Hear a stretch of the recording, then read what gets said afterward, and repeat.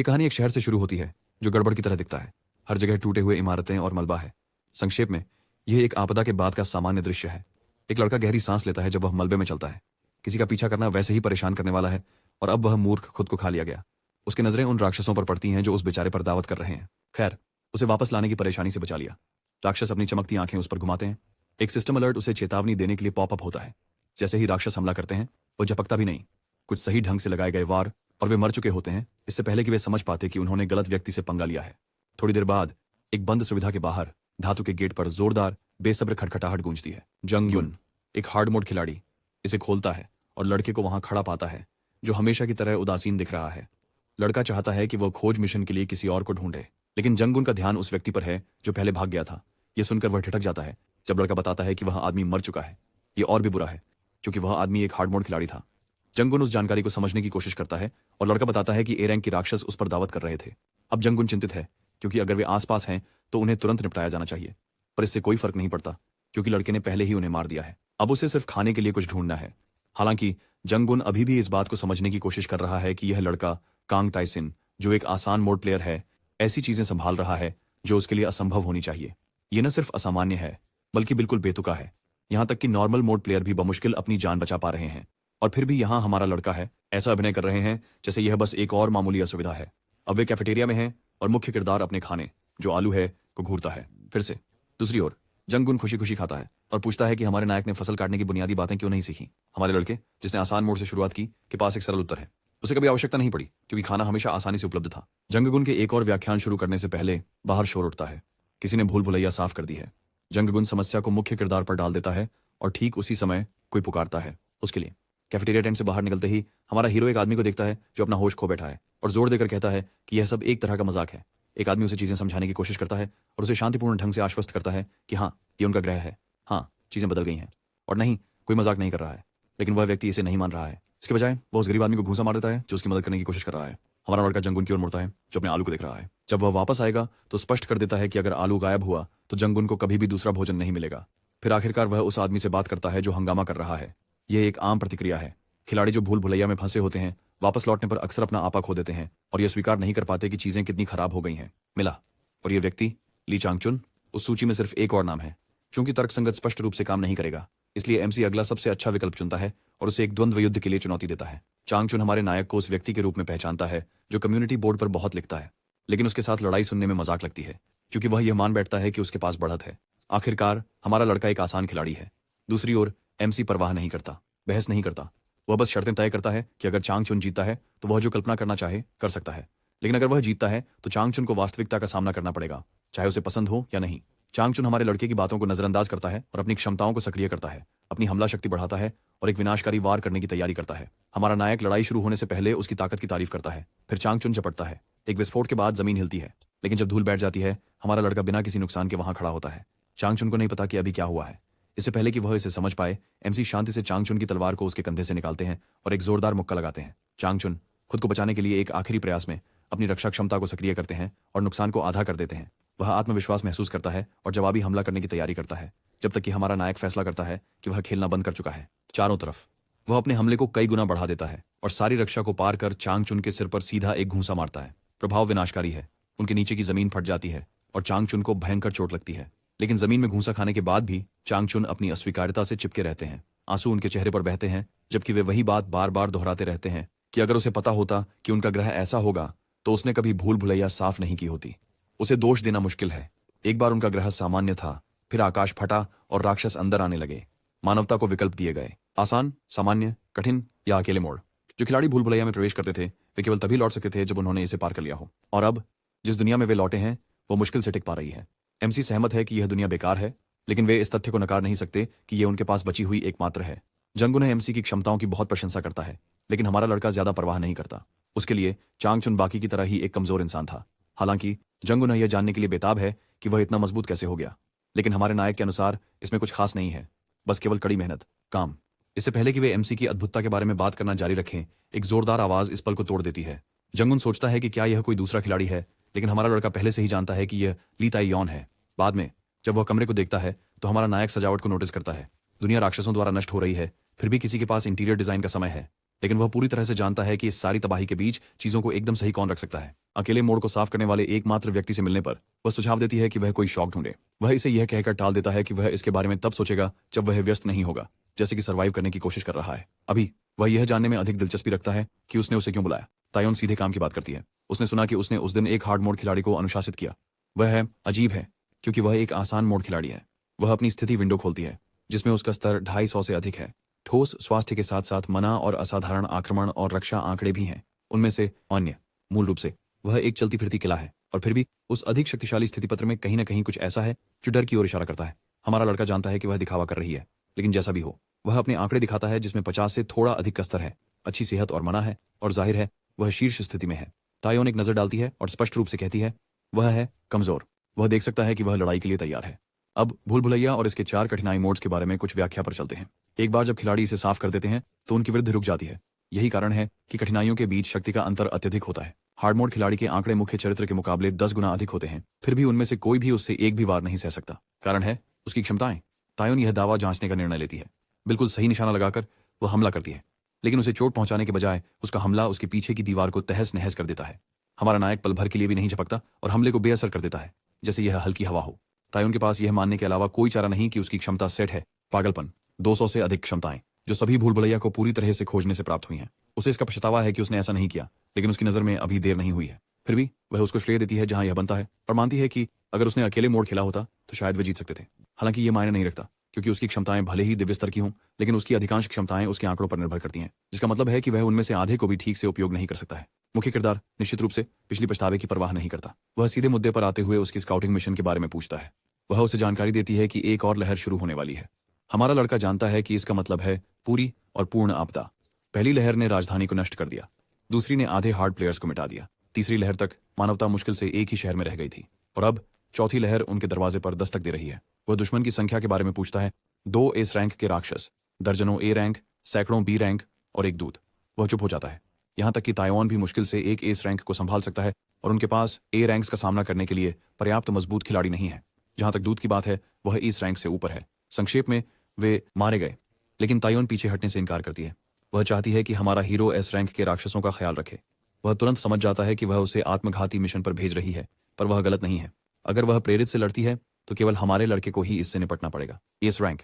वो शिकायत करता है कि उसे इस बकवास के लिए कितना कम भुगतान किया जाता है, और दूसरों को चेतावनी देने के लिए मुड़कर चला जाता है, लेकिन तायोन उसे रोक देती है। उसकी नजर में अगर किसी और को पता नहीं चलता है तो यह बेहतर है। हालांकि हमारा नायक वही विचार नहीं साझा करता है और चला जाता है। जैसे ही वह चला जाता है वह अपने हाथ में एक पत्थर जैसी चीज पकड़ती है और खुद को कायर कहती है। बाहर चुंगेन पहले ही अपनी किस्मत स्वीकार कर चुके हैं और आह बढ़ते हैं। बाकी खिलाड़ी ऐसे रो रहे हैं जैसे ये उनके ग्रह पर आखिरी दिन हो। जो सच कहें तो शायद यह वैसे ही हो। जंगन कम से कम इसे अच्छे से ले रहा है। वह और हमारा लड़का आपसी समझ का एक पल साझा करते हैं कि यह एक आपदा होने वाली है, लेकिन वे दोनों चांगचुन के लिए खेद महसूस करने से खुद को रोक नहीं सकते। लेकिन ईमानदारी से कहें, एमसी को यहाँ सबसे खराब सौदा मिला, और जुंगन इसे भी समझता है। अगर बाकी में उसकी ताकत का आधा भी होता, शायद वे अभी कयामत के द्वार पर खड़े नहीं होते। और कयामत की बात करें तो गरज की आवाज आती है और द्वार खुलता है। अंदर से राक्षस बाहर निकलते हैं। जंगीन हमारे हीरो को विदाई देता है और उम्मीद करता है कि उसे परलोक में देखेगा, लेकिन हमारे लड़के के पास भावुक बातों के लिए समय नहीं है। वह आसमान में कूद जाता है और युद्ध के मैदान का निरीक्षण करता है। नीचे अपनी सिस्टम विंडो के माध्यम से वह एस रैंक के राक्षसों को देखता है। जैसे ही वह उतरता है वह अपने मानसिक स्थिति का आकलन करता है ताकि वह अपनी समझदारी न खो दे।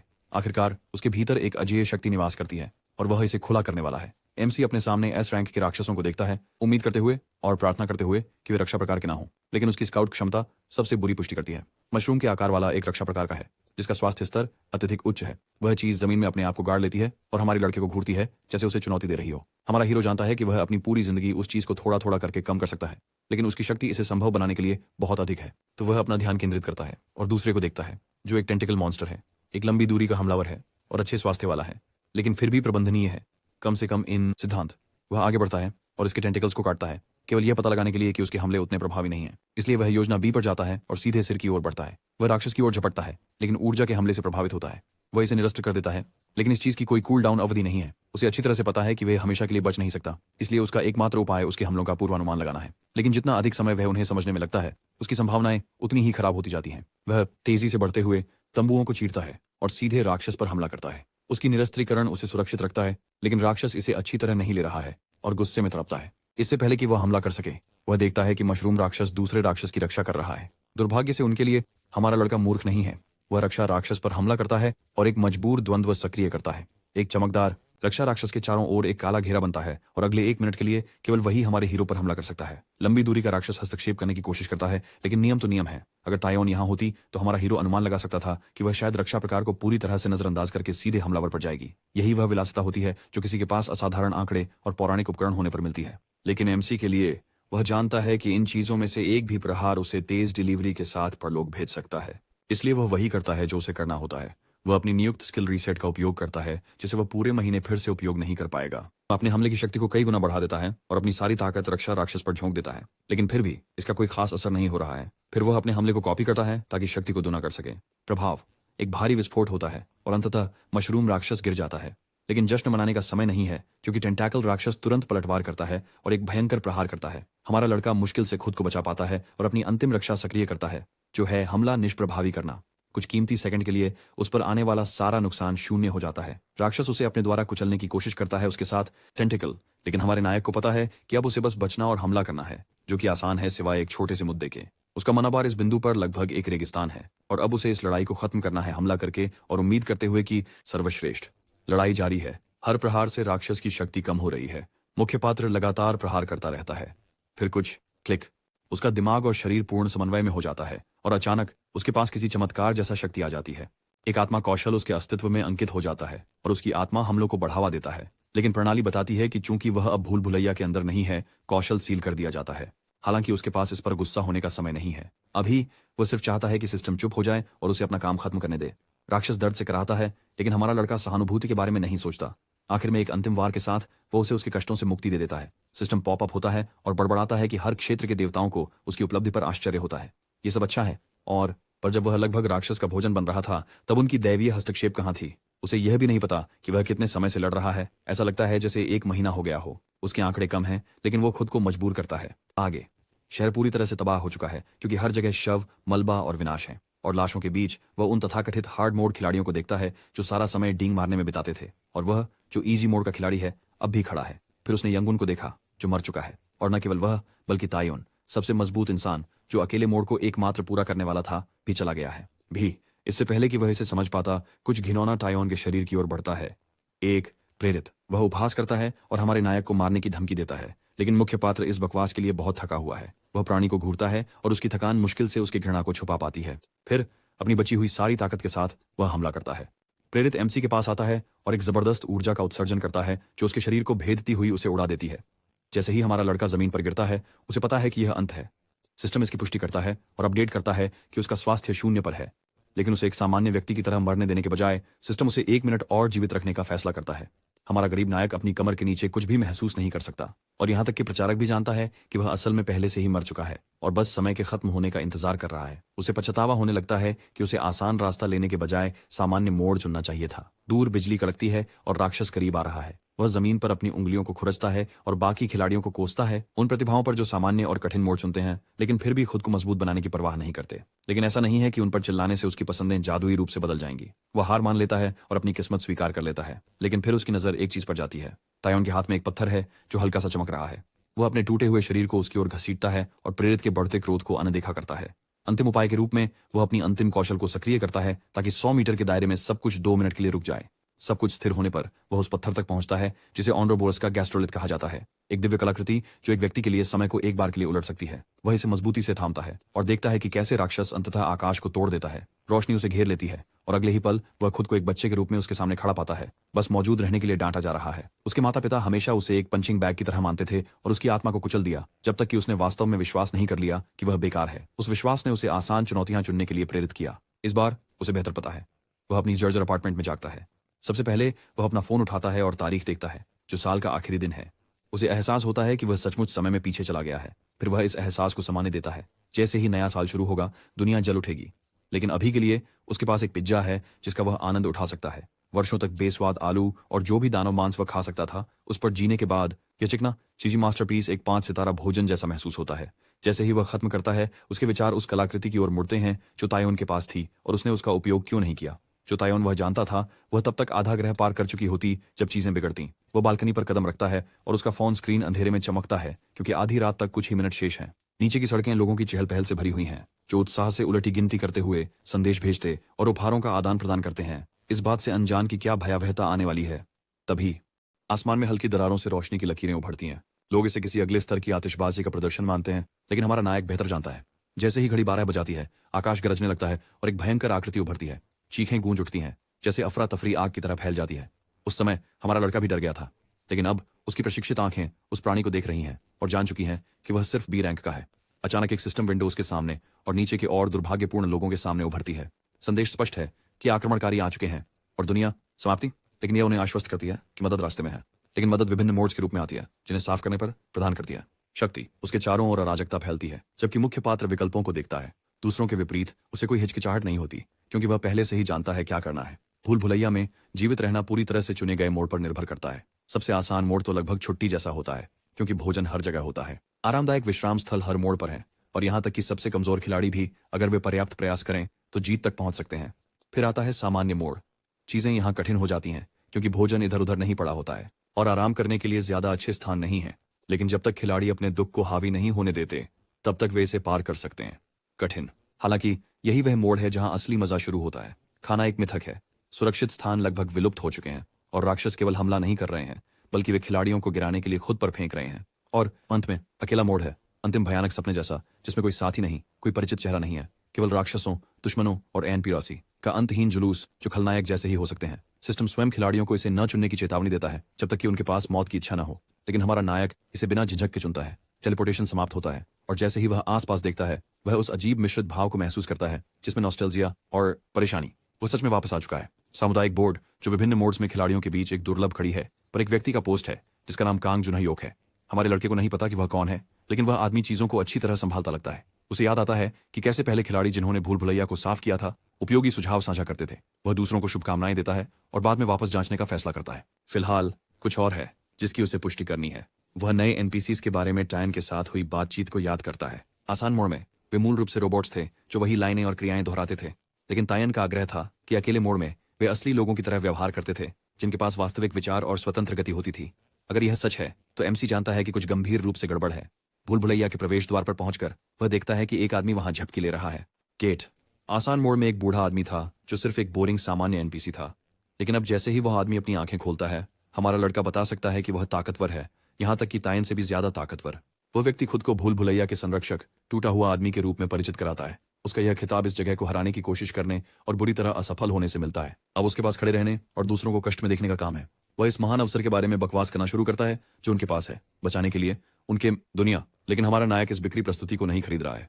उसे बेहतर पता है कि यह कोई भव्य मिशन नहीं है, बल्कि यह सिर्फ एक अच्छी तरह से छुपाई गई डरावनी कहानी है। शो। टूटे आदमी को एमसी की प्रतिक्रिया न होने पर भ्रम होता है। जाहिर है शांतिप्रिय दुनिया के लोगों को ऐसी स्थिति में घबरा जाना चाहिए। चूंकि हमारा लड़का घबरा नहीं रहा है, वह उसे मजे के लिए मारने के बारे में सोचता है, लेकिन अंत में नहीं करता। इसके बजाय वह महत्वपूर्ण पर आगे बढ़ता है। चीजें। भूल भुलैया में 100 मंजिलें हैं, जिनकी कठिनाई हर 10 मंजिल के बाद बढ़ जाती है। हमारे नायक को खुद ही खाने का पता लगाना होगा और सुरक्षित क्षेत्रों के लिए वह व्यक्ति मुख्य चरित्र को शुभकामनाएं देता है। इतनी ही मदद हमारे नायक को मिल रही है क्योंकि द्वारपाल और समझाने में आलसी है। हमारे लड़के को याद आता है कि ताइयान ने बताया था कि यह आदमी उसे अंदर कदम रखने से पहले लगभग मार ही डाला था, इसलिए वह समझदारी से अपनी चुप्पी बनाए रखता है। फिर टूटा हुआ आदमी एक हथियार बुलाता है और उसे हमारे नायक के चेहरे के बिल्कुल पास घुमाता है ताकि उसे परख सके, लेकिन मुख्य पात्र पलक तक नहीं झपकाता। यह आदमी को हंसाता है, जो मुस्कुराता है और कुछ गियर सौंप देता है। बस बमुश्किल साबुत चमड़े का कवच, टूटने के कगार पर एक जंग लगी तलवार और एक पुराना कंगन जो शायद सितारे सही हों तो जानवर के दांत को रोक सके। उदारता बहुत बढ़िया है। इसके साथ ही द्वारपाल उसे यह नोट देते हुए विदा करता है कि उसे अपनी कौशल खुद सीखनी होगी। जैसे ही हमारा हीरो भूल भुलैया में जाता है, वह आदमी उसे जाते हुए देखता है और उसके बारे में कुछ अलग महसूस करता है। उसने पहले भी कई तथाकथित प्रतिभाओं को देखा है, जिनमें से सभी असफल हुए हैं, लेकिन वह देख सकता है कि नायक न केवल कुशल है, बल्कि उसके पास कुछ उससे कहीं अधिक मूल्यवान है, सिर्फ जिद्दी इच्छा के साथ जीवित रहने की। जैसे ही हमारा लड़का आगे बढ़ता है, एक सिस्टम विंडो उसके सामने आती है और उसे भूल भुलैया की पृष्ठभूमि के बारे में बताती है। कुछ सर्वशक्तिशाली जादूगर ने इस जगह को सदियों पहले बनाया था और जाहिर है कि जो कोई भी इसे जीतता है वह एक इच्छा कर सकता है। बेशक उस बिंदु तक पहुंचना सबसे कठिन हिस्सा है। भूल भुलैया कल्पना से परे आतंक का घर है और इसमें वे जीव भरे हुए हैं जो केवल खिलाड़ियों को नष्ट करने के लिए मौजूद हैं। और फिर भी जब हमारा नायक पहली मंजिल पर पहुंचता है, जो कि अपेक्षाकृत शांत क्षेत्र है जिसमें कमजोर राक्षस होते हैं, वो बस मुस्कुराता है। अंततः असली खेल शुरू होने वाला है। हमारे लड़के का मिशन पहला फ्लोर बॉस को हराकर एक रैंडम स्टेट बूस्ट पोटियन प्राप्त करना है। वहां एक छिपा हुआ पुरस्कार भी है, लेकिन किसी को नहीं पता कि वह क्या है। चलते हुए उसे तायन से उस दुकानदार के बारे में बात करना याद आता है जो आसान मोड़ में था। उस मोड़ में व्यापारी बस एक सामान्य विक्रेता था जिसके पास औषधियां थीं, लेकिन अकेले मोड़ में चीजें बिल्कुल विपरीत थीं। तायन ने दिखाया उसे एक राख का ब्रेसलेट दिखाया, एक अद्भुत वस्तु जो आने वाली क्षति को आधा कर देती है। उसे यह दुकान से मिला था और वहां कई अन्य खेल परिवर्तनकारी वस्त्र थे, लेकिन उसके पास सब कुछ खरीदने के लिए पर्याप्त सोना नहीं था। अगर हमारा हीरो सब कुछ खरीद लेता तो वह उसे एक नौसिखिया की तरह दिखा देता। विचारों में खोया हुआ एमसी एक दरवाजे तक पहुंचता है। वह उसे खोलता है और अप्रत्याशित एनपीसी खोया हुआ राजा से मिलता है। हमारा लड़का उसे नमस्ते करता है और राजा नोट करता है कि हमारा हीरो अभी तक पूरी तरह पागल नहीं हुआ है। अपना परिचय देने के बाद हमारा लड़का दुकान के चारों ओर देखता है और कुछ उपयोगी देखने की उम्मीद करता है, लेकिन कुछ नहीं है। यह इसलिए है क्योंकि खोए हुए राजा का अपने खजाने दिखाने का इरादा नहीं है। अगर वह दिखाएंगे तो पूरी पहली मंजिल उनसे भरी होगी। हमारे नायक को समझ नहीं आता कि जब वह कुछ बेचना ही नहीं चाहते तो वे वहां पर क्यों हैं। राजा गुस्से में फट पड़ता है और बड़बड़ाने लगता है कि कुछ लोगों ने उसका साम्राज्य चुरा लिया और उसे इस स्थिति में फंसा दिया। हमारे नायक के लिए यह जवाब नहीं था जिसकी वह तलाश में था। कम से कम अब वह जानता है कि उस आदमी की भी कुछ समस्याएं हैं। फिर भी अपनी कड़वाहट के बावजूद राजा पूरी तरह से अविवेकी नहीं है। वह नीचे जाने वाले रास्ते की ओर इशारा करता है और अगर हमारा नायक वहां जाकर जीवित लौट सकता है तो राजा फिर से सोचेंगे। एमसी दोबारा पूछता है कि क्या यही वास्तव में एकमात्र शर्त है। खोए हुए राजा को उसका रवैया अजीब लगता है, लेकिन वह इसकी पुष्टि करता है पूरे भूल भुलैया की सफाई की आवश्यकता नहीं है, बस एक छोटा सा जीवित रहने का अभ्यास। उस विश्वास के साथ हमारा लड़का आगे बढ़ता है, जबकि खोए हुए राजा की नजरों में हमारा नायक वैसे भी वापस नहीं आ रहा है। जैसे ही एमसी चलता है आगे का रास्ता बिल्कुल आसान मोड़ जैसा दिखता है, जिसका मतलब है कि यह शायद सुरक्षित नहीं है। एक आवाज उसे सचेत करती है और एक बड़ी चूहा प्रकट होती है और सीधा उस पर हमला करती है। हमारा लड़का देख सकता है कि आसान मोड़ का 5वीं मंजिल का बॉस यहाँ सिर्फ एक साधारण सेवक है। चूहा उसके पैरों पर हमला करता है। हमारे हीरो को अच्छी तरह याद है कि इसकी रक्षा कमजोर है, लेकिन इसकी गति इसे लड़ाई के लिए एक बुरे सपने जैसा बना देती है। आसान मोड़ में खिलाड़ियों का एक समूह इसे थकाने के लिए एक साथ काम करता था, फिर हमला करता था, लेकिन अब मुख्य पात्र अकेला है। उसके आंकड़े खराब हैं और सच कहें तो पूरी स्थिति ही अनुचित है। यहां तक कि तायन ने एक नजर डाली और वहां से भाग गया। स्पष्ट रूप से कोई भी अकेला खिलाड़ी जिसने पहली मंजिल को पार किया वास्तव में इस महिषासुर से निपटा नहीं, लेकिन हमारे लड़के ने भूल भुलैया की इनाम प्रणाली को समझ लिया है, जिसमें खिलाड़ियों से अपेक्षा होती है कि वे वह करें जो दूसरे नहीं कर सकते, कुछ अत्यंत कठिन हासिल करें और प्रणाली एक इनाम देगी। तो हमारा हीरो अपनी तलवार को घुमाता है, लेकिन चूहा बहुत तेज है और आसानी से बच निकलता है। फिर यह झपटता है और एमसी के हाथ में अपने दांत गड़ा देता है। हमारा लड़का उसे अपनी तलवार से दूर फेंकता है और फैसला करता है कि अगर वह इसकी गति का मुकाबला नहीं कर सकता तो उसे इसे चकमा देने की चाल चलनी होगी। वह जानता है कि चूहा किसी भी जीवित प्राणी की तरह पैटर्न होते हैं। इसकी टांग की मांसपेशियां सिकुड़ती हैं और इसका सीना फूलता है, जो हमले के पाठ्यपुस्तक संकेत हैं। वह इसके आंदोलन को पहले ही भांप लेता है और पहले हमला करता है। सिस्टम अपडेट करता है कि उसने चूहे को हरा दिया है और इसकी खतरों को पहचानने की क्षमता को कम कर दिया है, जिसका मतलब है कि चूहे का छोटा सा दिमाग अब और भी बेकार हो गया है। हमारा लड़का अनुमान लगाता है कि चूहा ऊंचा नहीं कूद सकता, इसलिए यह संभवतः उसके अग्रभाग पर हमला करेगा। जैसा कि उम्मीद थी, चूहा उसके हाथ की ओर झपटता है। हमारा हीरो मुस्कुराता है और अपनी तलवार उसके शरीर के आर पार घोंप देता है। लड़ाई को एक निर्णायक अंत तक पहुंचाता है। प्रहार। लड़ाई खत्म होने के बाद वह चूहे के मांस को उठाता है और खोए हुए राजा के पास वापस जाने लगता है, यह देखने के लिए तैयार कि अगली बेतुकापन क्या उसका इंतजार कर रही है। कांग जून हेयुग गुस्से में उबल रहा है और वह दुकानदार को लेकर अपनी निराशा को सामुदायिक बोर्ड पर प्रकट करता है।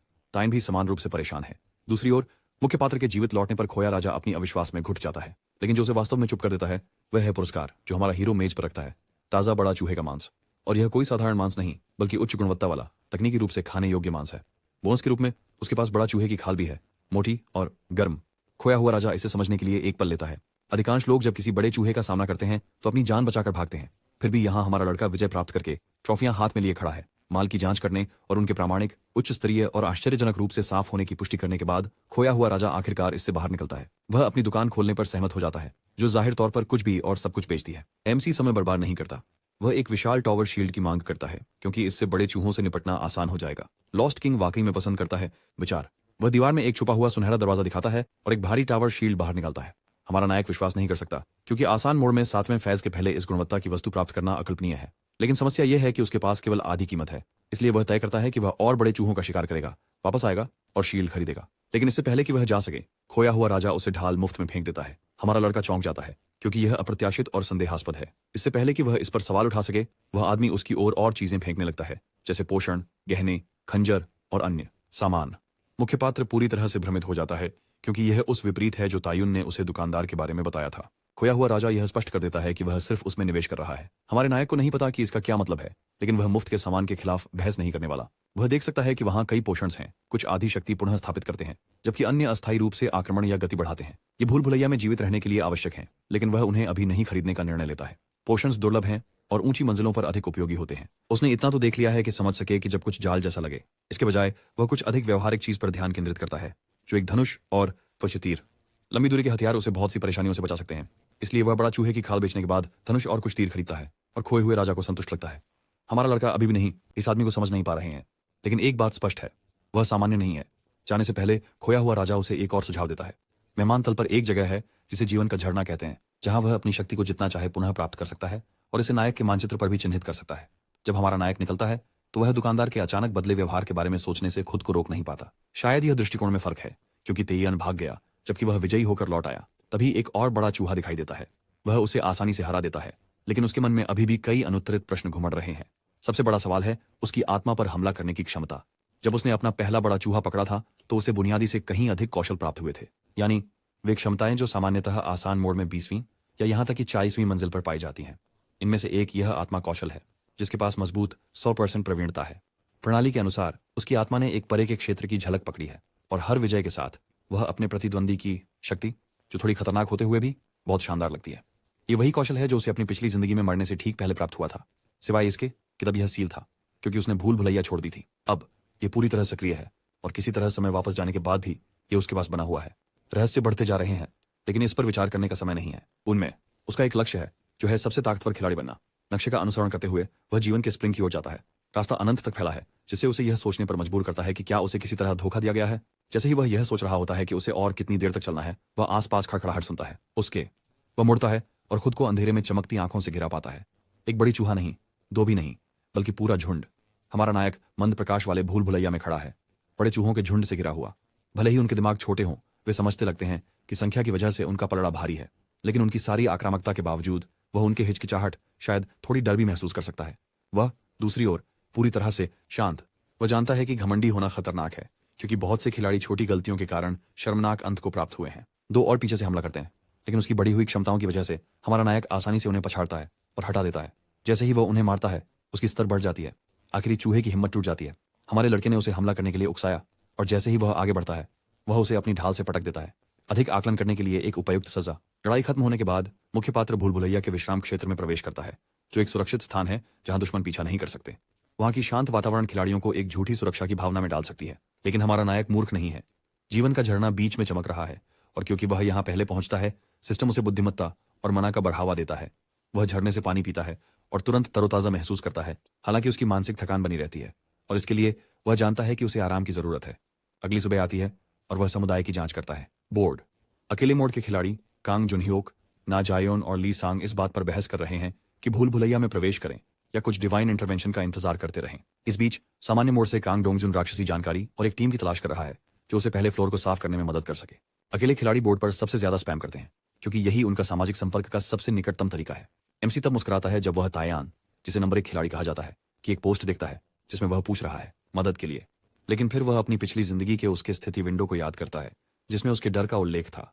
शायद अपनी सारी ताकत के बावजूद वह कभी डरपोक होना नहीं छोड़ी। वह खुद एक पोस्ट छोड़ता है जिसमें भ्रमित लोगों के लिए पहले मंजिल की ट्यूटोरियल का एक उदार स्पष्टीकरण होता है। उम्मीद के मुताबिक अकेले मोड खिलाड़ी चौंक जाते हैं जब कोई अनामदाता उन्हें जीवित रहने की सलाह देता है। हमारा हीरो शक करता है कि वे तुरंत उस पर भरोसा करेंगे, भले ही वे करते हैं। भूल भुलैया से बचना गाइड का पालन करने जितना सरल नहीं है। अपने पिछले जीवन में 1000 खिलाड़ियों में से केवल तायन जीवित निकलने में सफल रहे। वह अपना ध्यान केंद्रित करता है और चूहे के मांस का एक टुकड़ा निकालता है। सिस्टम इसे खाने योग्य बताता है और वह एक बाइट लेने के बाद तुरंत अपनी जीवन के चुनावों पर पछताता है। उसकी तबीयत खराब होने लगती है क्योंकि उसे फूड पॉइजनिंग हो जाती है, जिसके परिणाम स्वरूप उसके आंकड़े 2 दिन तक कम हो जाएंगे और वह अंततः मर जाएगा जब तक कि वह रिकवरी पोषण का उपयोग नहीं करता या पावर का सेवन नहीं करता। औषधियां अधिकांश खिलाड़ी एक दुर्भाग्यपूर्ण भोजन के बाद सबक सीखते हैं।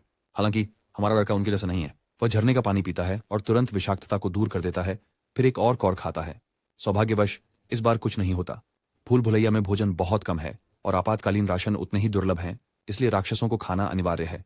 वह अपनी किस्मत फिर आजमाता है, लेकिन उसे फिर से फूड पॉइजनिंग हो जाती है, जिसके बाद झरने का पानी पीकर तुरंत ठीक हो जाता है। आखिरकार प्रणाली हार मान लेती है और उसे रोग प्रतिरोधक क्षमता प्रदान करती है, जिससे वह हमेशा के लिए खाने से संबंधित बीमारियों से प्रतिरक्षित हो जाता है। अब वह संतुष्ट है और अपने अगले प्रयोग की ओर बढ़ता है। वह झरने में कदम रखता है, अपना चेहरा पानी के नीचे डुबोता है और अपनी सांस रोक लेता है। उसके फेफड़ों में दर्द उठता है, लेकिन वह जिद्दी रहता है, असहनीय। जब वह अंततः सतह पर आता है, सांस के लिए हाँफते हुए, तो प्रणाली उसे 2 नई क्षमताओं से पुरस्कृत करती है। अपनिया उसे अपनी सांस को दुगने समय तक रोकने देती है और डेथलाइन उसे आसन्न खतरे की प्रवृत्तिजन्य चेतना प्रदान करती है। लेकिन अजीब बात यह है कि डेथलाइन की दक्षता पहले से ही 50% से अधिक है। उनकी सभी अन्य क्षमताएं स्तर 1 पर शुरू हुई, इसलिए वह इसके बारे में भ्रमित है, खासकर क्योंकि यह वही स्तर है जो उसके पास समय को उलटने से पहले था। उसे नहीं पता कि यह समय और मन आधारित क्षमताओं के बीच कोई रहस्यमय संबंध है या नहीं। और सच कहें तो वह नहीं, हाँ, देखभाल करने का समय नहीं है। वह अपनी तलवार उठाता है और आगे बढ़ता है। अभी और अधिक कौशल हासिल करने हैं और अब रुकने का उसका कोई इरादा नहीं है। चुनहयोक उस ट्यूटोरियल का अनुसरण करने से डरता है जो हमारे दोस्त ने समुदाय बोर्ड पर पोस्ट किया है, लेकिन हमारे नायक को कोई फर्क नहीं पड़ता क्योंकि यह उसका नुकसान है। लेकिन वह अकेला नहीं है क्योंकि ताइजोन भी वही भावनाएं साझा करता है। हालांकि वे मदद नहीं कर सकते क्योंकि मुख्य पात्र ही सबके आगे है। दूसरी ओर हमारा लड़का अपनी नई सीखी हुई ठहर सांस कला का अभ्यास करने में व्यस्त है। कौशल में कॉम्बो होते हैं और सही परिस्थितियों में विशिष्ट चालें करने से और भी मजबूत क्षमताओं को खोला जा सकता है। वह हमला करते समय अपनी सांस रोकने का अभ्यास करता है और स्थिर रहने पर अपनी एपनिया स्थिति की अवधि को दोगुना करने में सफल हो जाता है। अविराम अभ्यास के बाद वह आखिरकार अपनी सांस पकड़ने के लिए रुक जाता है और सिस्टम उसे एक विशेष एपनिया हमले के साथ पुरस्कृत करता है। अपनी शस्त्रागार में 10 से अधिक कौशल के साथ वह अब खुद को एक कुशल मानता है खिलाड़ी। वह संतुष्ट महसूस करता है और अपनी तलवार को देखता है। जैसे उसने बड़ी चूहों की गतिविधियों का पूर्वानुमान लगाकर उन्हें पकड़ा, वह समझता है कि मनुष्यों की भी अनुमानित लय और अपनी हमले के साथ वह उन लयों के साथ अपनी इच्छा से खिलवाड़ कर सकता है और इसे भूल भुलैया में अपने समय के लिए एक उपयोगी चाल बना सकता है। वह अपनी स्थिति विंडो पर एक नजर डालता है और मुस्कुराता है क्योंकि उसकी दक्षता पहले से ही तायन की तुलना में अधिक हो गई है जब उसने पहले फ्लोर। फिर वह तय करता है कि उसके मुख्य कौशल को तैयार करने का समय आ गया है और विश्राम स्थल छोड़ देता है। ये मुख्य कौशल बहुत बड़े होते हैं क्योंकि हर एक या तो 10 बुनियादी कौशल से अधिक मूल्य का होता है या देवस्तरीय क्षमताएं प्रदान करता है, जैसे कि हमला शक्ति बढ़ाना या गुणा करना, छिपे हुए तत्वों का पता लगाना, क्षति मिटाना या समय को रोक देना। लेकिन बेशक प्रणाली उन्हें मुफ्त नमूनों की तरह नहीं बांटने वाली है। उदाहरण के लिए कंप्लीट स्काउट, जो केवल तभी अनलॉक होता है जब कोई इनसाइड कौशल को कई बार विकसित करता है।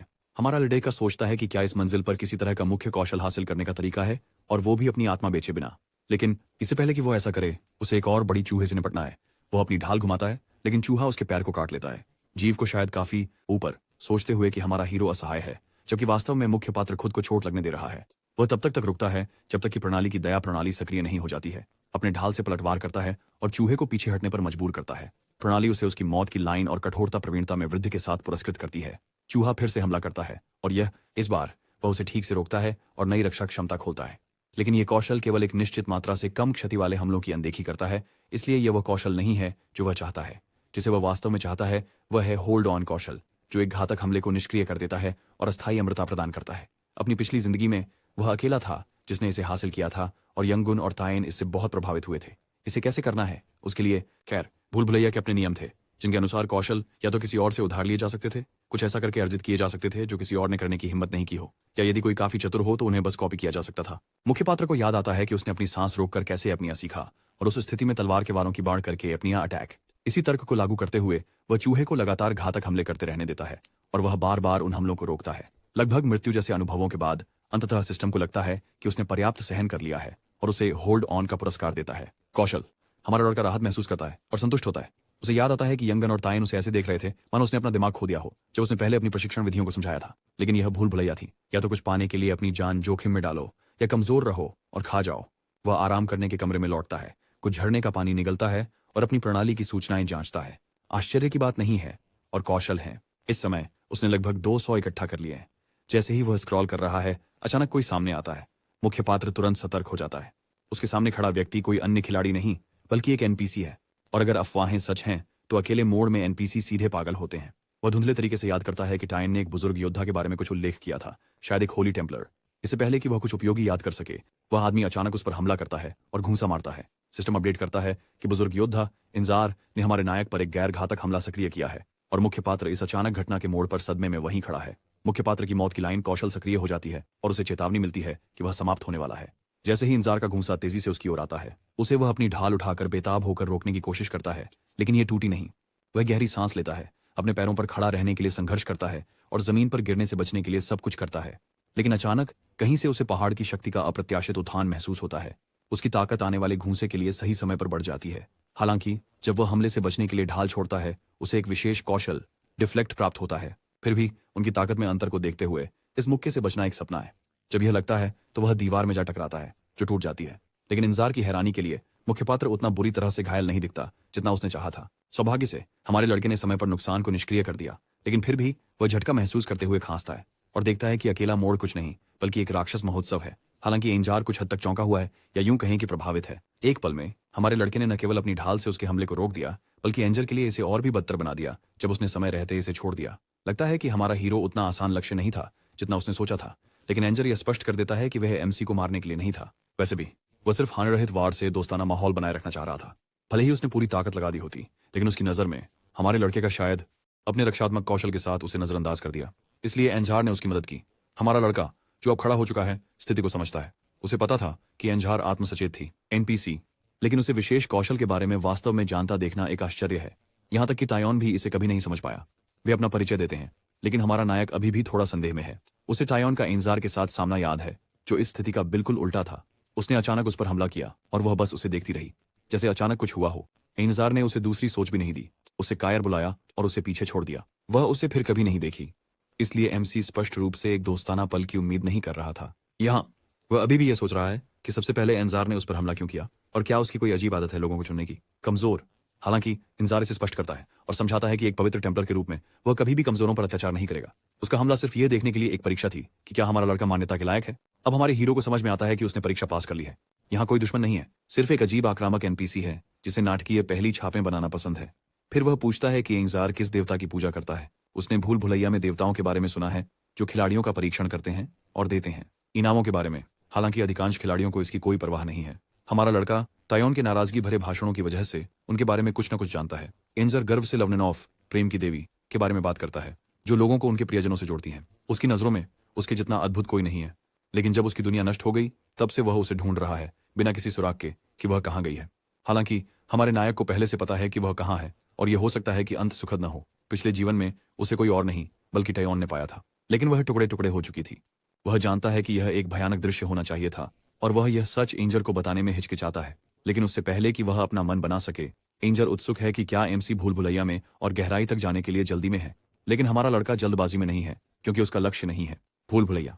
वह सीखने, विजय प्राप्त करने और रास्ते में सभी अच्छे सामान इकट्ठा करते हुए मजबूत बनने के लिए यहाँ है। एंजार, जो अभी भी हमारे हीरो पर हमला करने के लिए दोषी महसूस कर रहा है, माफी के रूप में उसे लेवेनिनॉफ की क्षमताएं सिखाने की पेशकश करता है। मुख्य किरदार सहमत होता है, जरूर, क्योंकि कोई भी ऐसा सुनहरा मौका नहीं छोड़ेगा। लेकिन सुनिश्चित करने के लिए वह पूछता है कि आखिर क्या बात है।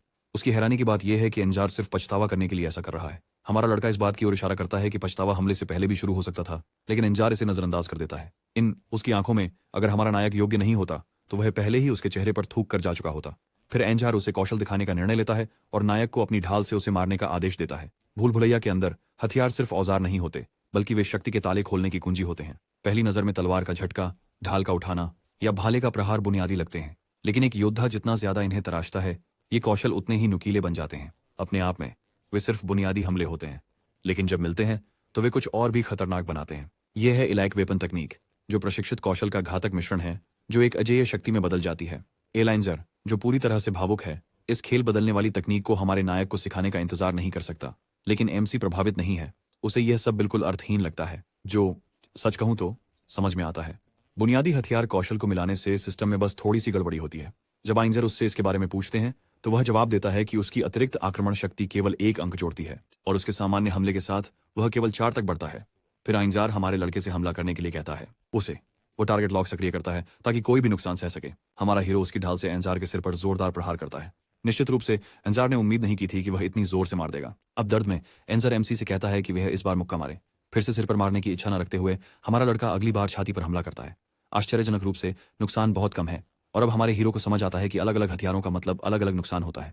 एंजर समझाता है कि आमतौर पर एडवेंचर्स एक ही हथियार का इस्तेमाल करते हैं ताकि सिस्टम को गड़बड़ न करें। वह 50 हमलावर शक्ति वाले गॉन्टलेट और केवल 20 वाले तलवार का उदाहरण देता है, लेकिन तलवार के हमले से केवल 20 नुकसान होता है। यह रॉकेट साइंस नहीं है। अगर यह किसी और तरीके से काम करता तो साहसी लोग अपने पास एक छोटी सेना को भरने जितने हथियार लेकर चलते। मुख्य पात्र सहमत हैं, लेकिन आइंजार की एक अलग राय है। वह सोचता है कि लड़ाई जीवन को जोखिम में डालने के बारे में है और पूरे शरीर को उस लड़ाई का हिस्सा होना चाहिए, न कि सिर्फ चमकती हुई तलवार या ढाल। इसलिए वर्षों के शोध के बाद आइंजार ने आइलेक वेपन तकनीक विकसित की, जिसमें चाहे जो भी हथियार इस्तेमाल किया जाए, दोनों हथियार और गियर की आक्रमण शक्ति को जोड़ देता है और उपयोगकर्ता को चलते फिरते, बोलते चालते शक्ति का स्रोत। और यह केवल हथियारों के लिए नहीं है, बल्कि यह पूरे शरीर के लिए काम करता है। हमारा लड़का आखिरकार समझ जाता है कि यह कितना उपयोगी हो सकता है, विशेषकर उन सभी फेंके हुए गियर के टुकड़ों के लिए जिनकी किसी को परवाह नहीं थी। पहले वे मूल रूप से कबाड़ थे, लेकिन जैसे जैसे वह अधिक भूल भुलैया साफ करता है और उच्च ग्रेड के उपकरण हासिल करने लगता है, यह तकनीक मुख्य कौशल के समान मूल्य की होगी। फिर एनजार यह कौशल हमारे नायक को स्थानांतरित करता है। मुख्य किरदार को जानकारी उसके दिमाग में ऐसे बहती महसूस होती है जैसे वह नवीनतम अपडेट डाउनलोड कर रहा हो, लेकिन चूंकि वह अभी भी नौसिखिया है, उसे इसे समझने तक थोड़ा शक्ति ह्रास महसूस हो सकता है। एनजार उसे एक फीका रिंग भी देता है जिसे वह पहले बिना सोचे फेंक सकता था, लेकिन अब यह एक खजाना है। इसके बाद आइंजार सुझाव देते हैं कि वे अभ्यास करें ताकि हमारा नायक अपनी नई कौशल का परीक्षण कर सके। एएमसी सहमति व्यक्त करता है और अपने भरोसेमंद टावर ढाल को बुलाता है। भूल भुलैया में हर कदम महत्वपूर्ण है, यहाँ तक कि सबसे बेकार दिखने वाले कमरे में भी कुछ छुपा होता है और उन्हें सावधानीपूर्वक खोजने से अंतर्दृष्टि कौशल बढ़ सकता है। हमारे लड़के के लिए अपनी ढाल से हमले रोकना सिर्फ एक रक्षात्मक चाल नहीं है, बल्कि यह कौशल की दक्षता को बेहतर बनाने का एक मौका है। हर बार जब वह ब्लॉक करता है, उसकी कौशल बढ़ जाती है और यह साबित करती है कि मजबूत प्रतिद्वंदियों से लड़ना वास्तव में सार्थक हो सकता है। 2 दिन बाद थका हुआ लेकिन गर्व से उसने एक नया कौशल प्राप्त किया है, लगातार मुकाबला। इस हास्यास्पद क्षमता के कारण वह अपनी पिछली जिंदगी में एक एस रैंक के राक्षस से दिनों तक लड़ने में सक्षम था। इसके अलावा यह कौशल केवल अन्य खिलाड़ियों से लड़कर ही सीखा जा सकता है, इसलिए उसने इसे अकेले प्राप्त करने के बारे में नहीं सोचा था। दूसरी ओर एन जहर प्रभावित हैं और हमारे हीरो की प्रवृत्ति की प्रशंसा करते हैं और कौशल और वह प्रगति से खुश है, लेकिन वह एक और बात जोड़ता है। मुखिया पात्र अलग तकनीक को किसी को भी नहीं सिखा सकता। अगर कोई व्यक्ति इसके लायक नहीं है और वह उन्हें सिखा देता है तो एनजार उसे ढूंढ लेगा और मार देगा। उससे जाने से पहले आइंजार हमारे लड़के से कहता है कि अगर उसे लेविनिनोव के बारे में कोई जानकारी मिले तो उसे बताए। हमारे हीरो को खबर कैसे देनी है यह समझ नहीं आता। अगर आइंजार देवी तक पहुंच जाता है तो संभावना है कि वह अब तक एक याद ही बन चुकी होगी, और अगर किसी चमत्कार से वह अभी भी जीवित है, खैर अगर किसी ने पहले ही उसे खत्म कर दिया हो तो उसे आश्चर्य नहीं होगा। वह एक अजीब स्थिति में फंसा हुआ है और यह तय नहीं कर पा रहा कि सच बताना सही रहेगा या चुप रहना, लेकिन फिर अंततः वह यह कह देता है कि उसे देवी के ठिकाने के बारे में पता है। एन जहर मानता है कि मुख्य पात्र उससे मजाक कर रहा है। आखिरकार उसने बिना देवी के ठिकाने की किसी भी खबर के जैसे अनंत काल से भूल भुलैया में भटकाव किया है, और यहाँ हमारा लड़का है जो मुश्किल से शुरुआती रेखा पार कर चुका है और दावा कर रहा है कि उसे पता है वह कहाँ है। हालांकि हमारे नायक ने पहले से ही इस प्रतिक्रिया की उम्मीद कर ली थी और समझाने की एक योजना है। उसे आइंजार को अपने ऊपर विश्वास करने की जरूरत है। उसके दुनिया में ऐसे आइटम्स हैं जो भूल भुलैया के बारे में जानकारी प्रदान करते हैं, जो आइंजार को पूरी तरह से बकवास लगती है। बिना नक्शे वाली भूल भुलैया अचानक खास प्राणियों के लिए नक्शा बन गया है। यह सब उसे हास्यास्पद लगता है, लेकिन एमसी स्पष्ट करता है कि जबकि सामान्य नक्शे नहीं होते, ऐसी वस्तुएं जादुई बांसुरी जैसे अद्वितीय संस्थाओं के लिए होती हैं जो देवताओं को बुलाती हैं। उनके परिवार ने ऐसी वस्तुओं का अध्ययन किया है जिससे वह देवताओं के स्थानों को जानते थे बिना अंदर कदम रखे। बातचीत को याद करते हुए टायोन उसे याद है कि उसने 19वीं मंजिल से मिली एक वस्तु दिखाते हुए शेखी बघारी थी। उस समय उसने इसे पूरी तरह से बेकार, लेकिन अब वह उस जानकारी का उपयोग लेविनिनोव का स्थान प्रकट करने के लिए करता है जो 78वीं मंजिल पर है, लाइब्रेरी के 24वें गुप्त कक्ष में छिपा हुआ है। एनजहार ने कभी उस स्थान की जांच नहीं की है और भावनाओं से अभिभूत होकर वह आभार में अत्यधिक अभिनय करते हुए एमसी को पकड़ता है। वह यह सुनिश्चित करने के लिए बाहर जाने से पहले तैयारी करने का वादा करता है कि देवी वास्तव में वहां है या हमारा लड़का उसे मूर्ख बना रहा है, लेकिन उससे पहले वह हमारे नायक का कर्ज चुकाना चाहता है, इसलिए वह उसे एक तांबे की अंगूठी देता है। मुख्य पात्र उसे पहन लेता है और देखता है जब आइंजार जाते जाते देवी के बारे में चिल्लाते जाते हैं। जैसे ही वह गायब होते हैं, मुख्य पात्र आश्चर्य करता है कि क्या आइंजार वास्तव में उसे ढूंढ पाएगा, और अगर वह ढूंढ भी लेता है तो क्या वह जीवित भी होगी किसी भी तरह। एक बात तो तय है कि वह जल्द ही आइंजार को फिर से नहीं देखेगा। इसके साथ ही हमारा लड़का आगे बढ़ जाता है। अब जब उसकी निपुणता बढ़ गई है, बड़ी चूहों को पकड़ना आसान हो गया है। वह समझता है कि यहां रुकने का कोई मतलब नहीं है क्योंकि वह इस मंजिल से आगे बढ़ चुका है। अगर उसे और मजबूत होना है तो उसे ऊपर जाना होगा, लेकिन दूसरे मंजिल पर जाने से पहले सबसे पहले उसे एक काम करना है। भूल भुलैया में कई गुप्त कमरे छिपे हुए हैं जिसमें प्रत्येक मंजिल में कम से कम एक होता है। ये कमरे मूल्यवान इनाम प्रदान करते हैं, जैसे जादुई डंडे, उड़ने की अंगूठियां, स्थायी सांख्यिकीय सुधारक औषधियां और अन्य चीजें। आसान मोड़ में इन कमरों के लिए प्रतिस्पर्धा काफी तीव्र थी, इसलिए वह अक्सर उन्हें छोड़ देता था। ये कौशल से ज्यादा किस्मत की बात थी, और सच कहें तो उसके पास गुप्त दरवाजों पर जुआ खेलने से बेहतर काम थे। लेकिन अब हर एक कमरा उसके लिए उपलब्ध है। उसे बस यह पुष्टि करनी है कि उनकी व्यवस्था वही रहती है या नहीं। हालांकि भूल भुलैया मोड़ के अनुसार बदलते हैं, लेकिन उनकी मूल संरचना स्थिर रहती है। इसका मतलब है कि गुप्त कमरे अभी भी वहीं होने चाहिए जहां वे हमेशा थे। इसे ध्यान में रखते हुए वह प्रवेश करता है। एक जगह आश्चर्यजनक रूप से छोटी है, जिसमें केवल एक दरवाजा और सादा दीवारें हैं। अधिकांश खिलाड़ी इस स्थान को नजरअंदाज कर देते हैं और मानते हैं कि इसका कोई उद्देश्य नहीं है। हमारा नायक दीवारों की जांच करना शुरू करता है। हर ईंट एक जैसी दिखती है, इसलिए वह उन्हें अंधाधुंध तरीके से थपथपाने लगता है। फिर वह उन्हें एक एक करके हटाता है और बदलाव देखता है। अपनी पिछली संघर्षों की तुलना में जब वह एक कमरे में एक हफ्ते तक बिना कुछ के मुश्किल से जीवित रहा था, यह काफी रोमांचक है। जैसे जैसे वह काम करता है, उसकी अंतर्दृष्टि की कुशलता बढ़ती है। अंत में वह छिपे हुए कमरे को खोज लेता है और साहसी का खिताब और अपनी बुद्धिमत्ता में एक अच्छा बढ़ावा हासिल करता है। अंदर वह एक खजाने का डिब्बा देखता है, लेकिन वह ऐसे जल्दबाजी करने की बजाय समझदारी से काम लेना जानता है। भूलभुलैया मुफ्त में कुछ नहीं देती। वह आसपास का निरीक्षण करता है और एक बड़ी चूहा उठाकर उसे कमरे में फेंक देता है। जैसे ही वह चूहा जमीन पर गिरता है, एक तीर उड़ता आता है और उसे तुरंत ही भेद देता है। अब तैयार होकर वह आगे बढ़ता है। उसके लिए फिर से एक तीर आता है, लेकिन इस बार वह उसे हवा में ही पकड़ लेता है। किसी भी अन्य पहले मंजिल के खिलाड़ी के लिए यह मौत की सजा होती, लेकिन उसके लिए यह सिर्फ मुफ्त तीर और भूल भुलैया में एक और दिन है। हमारा लड़का तीरों को हवा में ही पकड़ लेता है, लेकिन यह कठिन हो रहा है। एकमात्र कमी यह है कि ये तीर जहर और लकवा देने वाले एजेंट से लेपित हैं। पर्याप्त तीर इकट्ठा करने के बाद वह आगे बढ़ने का फैसला करता है। वह आगे की ओर कूदता है। वह दौड़ते हुए ब्लॉक भी कर सकता था, अपने टॉवर शील्ड के साथ एक समझदार व्यक्ति की तरह, लेकिन यह एक भूल भुलैया है और यहाँ पूर्णता विकल्प नहीं है। तो वह पूरा मार्शल आर्टिस्ट बन जाता है। किक से तीरों को उड़ते हुए तोड़ता है और अपने पकड़ में उन्हें चकनाचूर करता है, जबकि पत्थर की टाइल्स पर कूदता है। फिर आता है ईंट नंबर 9। 9 तीर सभी दिशाओं से उसकी ओर आते हैं। वह अपनी आंख को सक्रिय करता है और अपनी दृष्टि को तीव्र करता है। सबको चकमा देना असंभावित है, इसलिए वह अपनी संवेदनाओं को और बढ़ाता है और एक नई कौशल खोलता है, जो है सेंसस ऑगमेंटेशन। वह कुछ तीर तोड़ देता है, बाकी को मोड़ देता है और फिर भी कुछ नए कट के साथ रह जाता है। फिर अंतिम जाल ट्रिगर होता है। सामान्य पैटर्न के अनुसार 10 तीर होने चाहिए, लेकिन नहीं, क्योंकि जीवन अनुचित है। उसके बजाय 15 तीर उस पर आ जाते हैं। उसके पास यह समझने का भी समय नहीं होता कि यह कितना अनुचित है, इससे पहले कि वह महसूस करता है कि उन्हें रोकने का कोई तरीका नहीं है। सभी, लेकिन एक साथ इतने सारे आने पर वह अनुमान लगाता है कि उनमें से कुछ रास्ते एक दूसरे को काटते हैं। वह प्रोजेक्टाइल्स की आंधी में से होकर निकलता है, लेकिन कुछ अब भी अपना रास्ता पा लेते हैं। निशान तीर उसमें धंस जाते हैं और घाव से खून बहने लगता है। दर्द से वह तड़प उठता है, ऐसा दर्द जो व्यक्ति को अपने जीवन के निर्णयों पर पुनर्विचार करने पर मजबूर कर दे। लेकिन उस पीड़ा के क्षण में वह एक नई कौशल दर्द घटाना को खोलता है। तीव्र असहनीय दर्द अब थोड़ा कम असहनीय दर्द जैसा महसूस होता है। अगर वह इससे भी बुरा अनुभव नहीं कर चुका होता तो वह निश्चित रूप से बेहोश हो जाता। वह जानबूझकर और अधिक वार सह सकता था ताकि और भी अधिक कौशल प्राप्त कर सके। कौशल, लेकिन वह इसे आत्मयातना सत्र में बदलने का निर्णय नहीं करता है। वह खजाने के संदूक को खोलता है। अंदर एक ज्वालादंड है, शुरुआत करने वाले जादूगर का पसंदीदा हथियार, जो आग के गोले फेंकने में सक्षम है। शुरुआती जादुई वस्तुओं में यह वास्तव में कुछ वास्तविक उपयोगिता रखता है। मूल्य, उसे पता है कि तेन ने शायद ही कोई गुप्त कमरा खोला हो, इसलिए वह एक अच्छे आइटम और थोड़े फैंसी पत्थर के बीच का अंतर नहीं जान पाएगी। अगर अकेले मोड़ में यह माना कि नाम है, तो कम से कम दुनिया में कुछ न्याय है। वह गुप्त कमरे से बाहर निकलता है और बड़े चूहों की भीड़ का सामना करता है। सिर्फ एक हाथ से वह उन्हें काटता है। सांख्यिकी में अंतर लगभग शर्मनाक। सिस्टम उसे अनफॉल्टरिंग रिजॉल्व नामक एक और कौशल से पुरस्कृत करता है। विश्राम क्षेत्र में वह पानी के झरने से पीता है और तुरंत खुद को एकदम ताज़ा महसूस करता है, जैसे उसने अपनी जिंदगी की सबसे अच्छी झपकी ली हो। साफ दिमाग से वह अपनी नई क्षमताओं की समीक्षा करता है। पेन रिडक्शन और सेंस ऑगमेंटेशन अच्छे हैं, लेकिन उन्हें बेहतर होने में समय लगता है। अनफॉल्टरिंग रिजॉल्व और भी बेहतर है, क्योंकि यह उसे चोटों को अस्थायी रूप से अनदेखा करने की अनुमति देता है। इसके योग्य मुसीबत, लेकिन लॉ वाले स्टाफ असली इनाम है। अब यह दूसरे तल का समय है। भूल भुलैया की संरचना सरल है। एक बॉस अगली मंजिल की सीढ़ियों की रक्षा करता है, उसे हराएं और आगे बढ़ें। हमारा नायक आशा करता है कि लड़ाई उतनी ही आसान होगी जितनी संरचना दर्शाती है, लेकिन सच कहें तो यह अकेला मोड़ है और यहाँ कुछ भी इतना आसान नहीं होता। वह द्वार को धक्का देता है। अंधेरे में एक विशाल आकृति प्रकट होती है, विशाल चूहा और मंजिल का बॉस। आसान मोड़ में यह चीज 10वीं मंजिल का बुरा सपना थी। मुख्य पात्र को याद आता है कितने खिलाड़ी इसके पंजों से चिथड़े हुए थे, लेकिन इस बिंदु पर वह अब आश्चर्यचकित नहीं है। विशाल चूहा कोई साधारण राक्षस नहीं है, बल्कि यह पहले तल के खिलाड़ियों के लिए एक डरावना सपना है। और तयान यह जानती थी। यही वजह थी कि उसने सिस्टम को धोखा देने और भूल भुलैया के नियमों का फायदा उठाने का तरीका ढूंढा कि बॉस अपने कमरों में। उसने कमरे को पेट्रोल से भर दिया और आग लगा दी। वास्तव में यह एक पूरी तरह से उचित तरीका था। जब वह पहले मंजिल का प्रयास करने वालों में केवल एकमात्र जीवित बची थी, तो शायद उसकी विधि जीतने की रणनीति के सबसे करीब थी। लेकिन हमारे नायक को पता है कि यह वह प्रकार की लड़ाई नहीं है जो भूल भुलैया चाहती है। यह दर्द, संघर्ष और कौशल का थकाऊ प्रदर्शन चाहती है, और वह यहां ताकत बढ़ाने के लिए आया है। वह अपनी छड़ी बुलाता है और विशाल चूहे पर आग का गोला मंत्र छोड़ता है। लपटें पकड़कर जीव को चलाती हैं और धीरे धीरे मामूली नुकसान पहुंचाती हैं, लेकिन उसे और चाहिए, इसलिए वह जहरीले तीर चलाता है। फिर भी जानवर कोई प्रतिक्रिया नहीं दिखाता, लेकिन इससे हमारा लड़का हतोत्साहित नहीं होता, क्योंकि उसने इस मूर्खता के लिए पहले से योजना बना रखी है।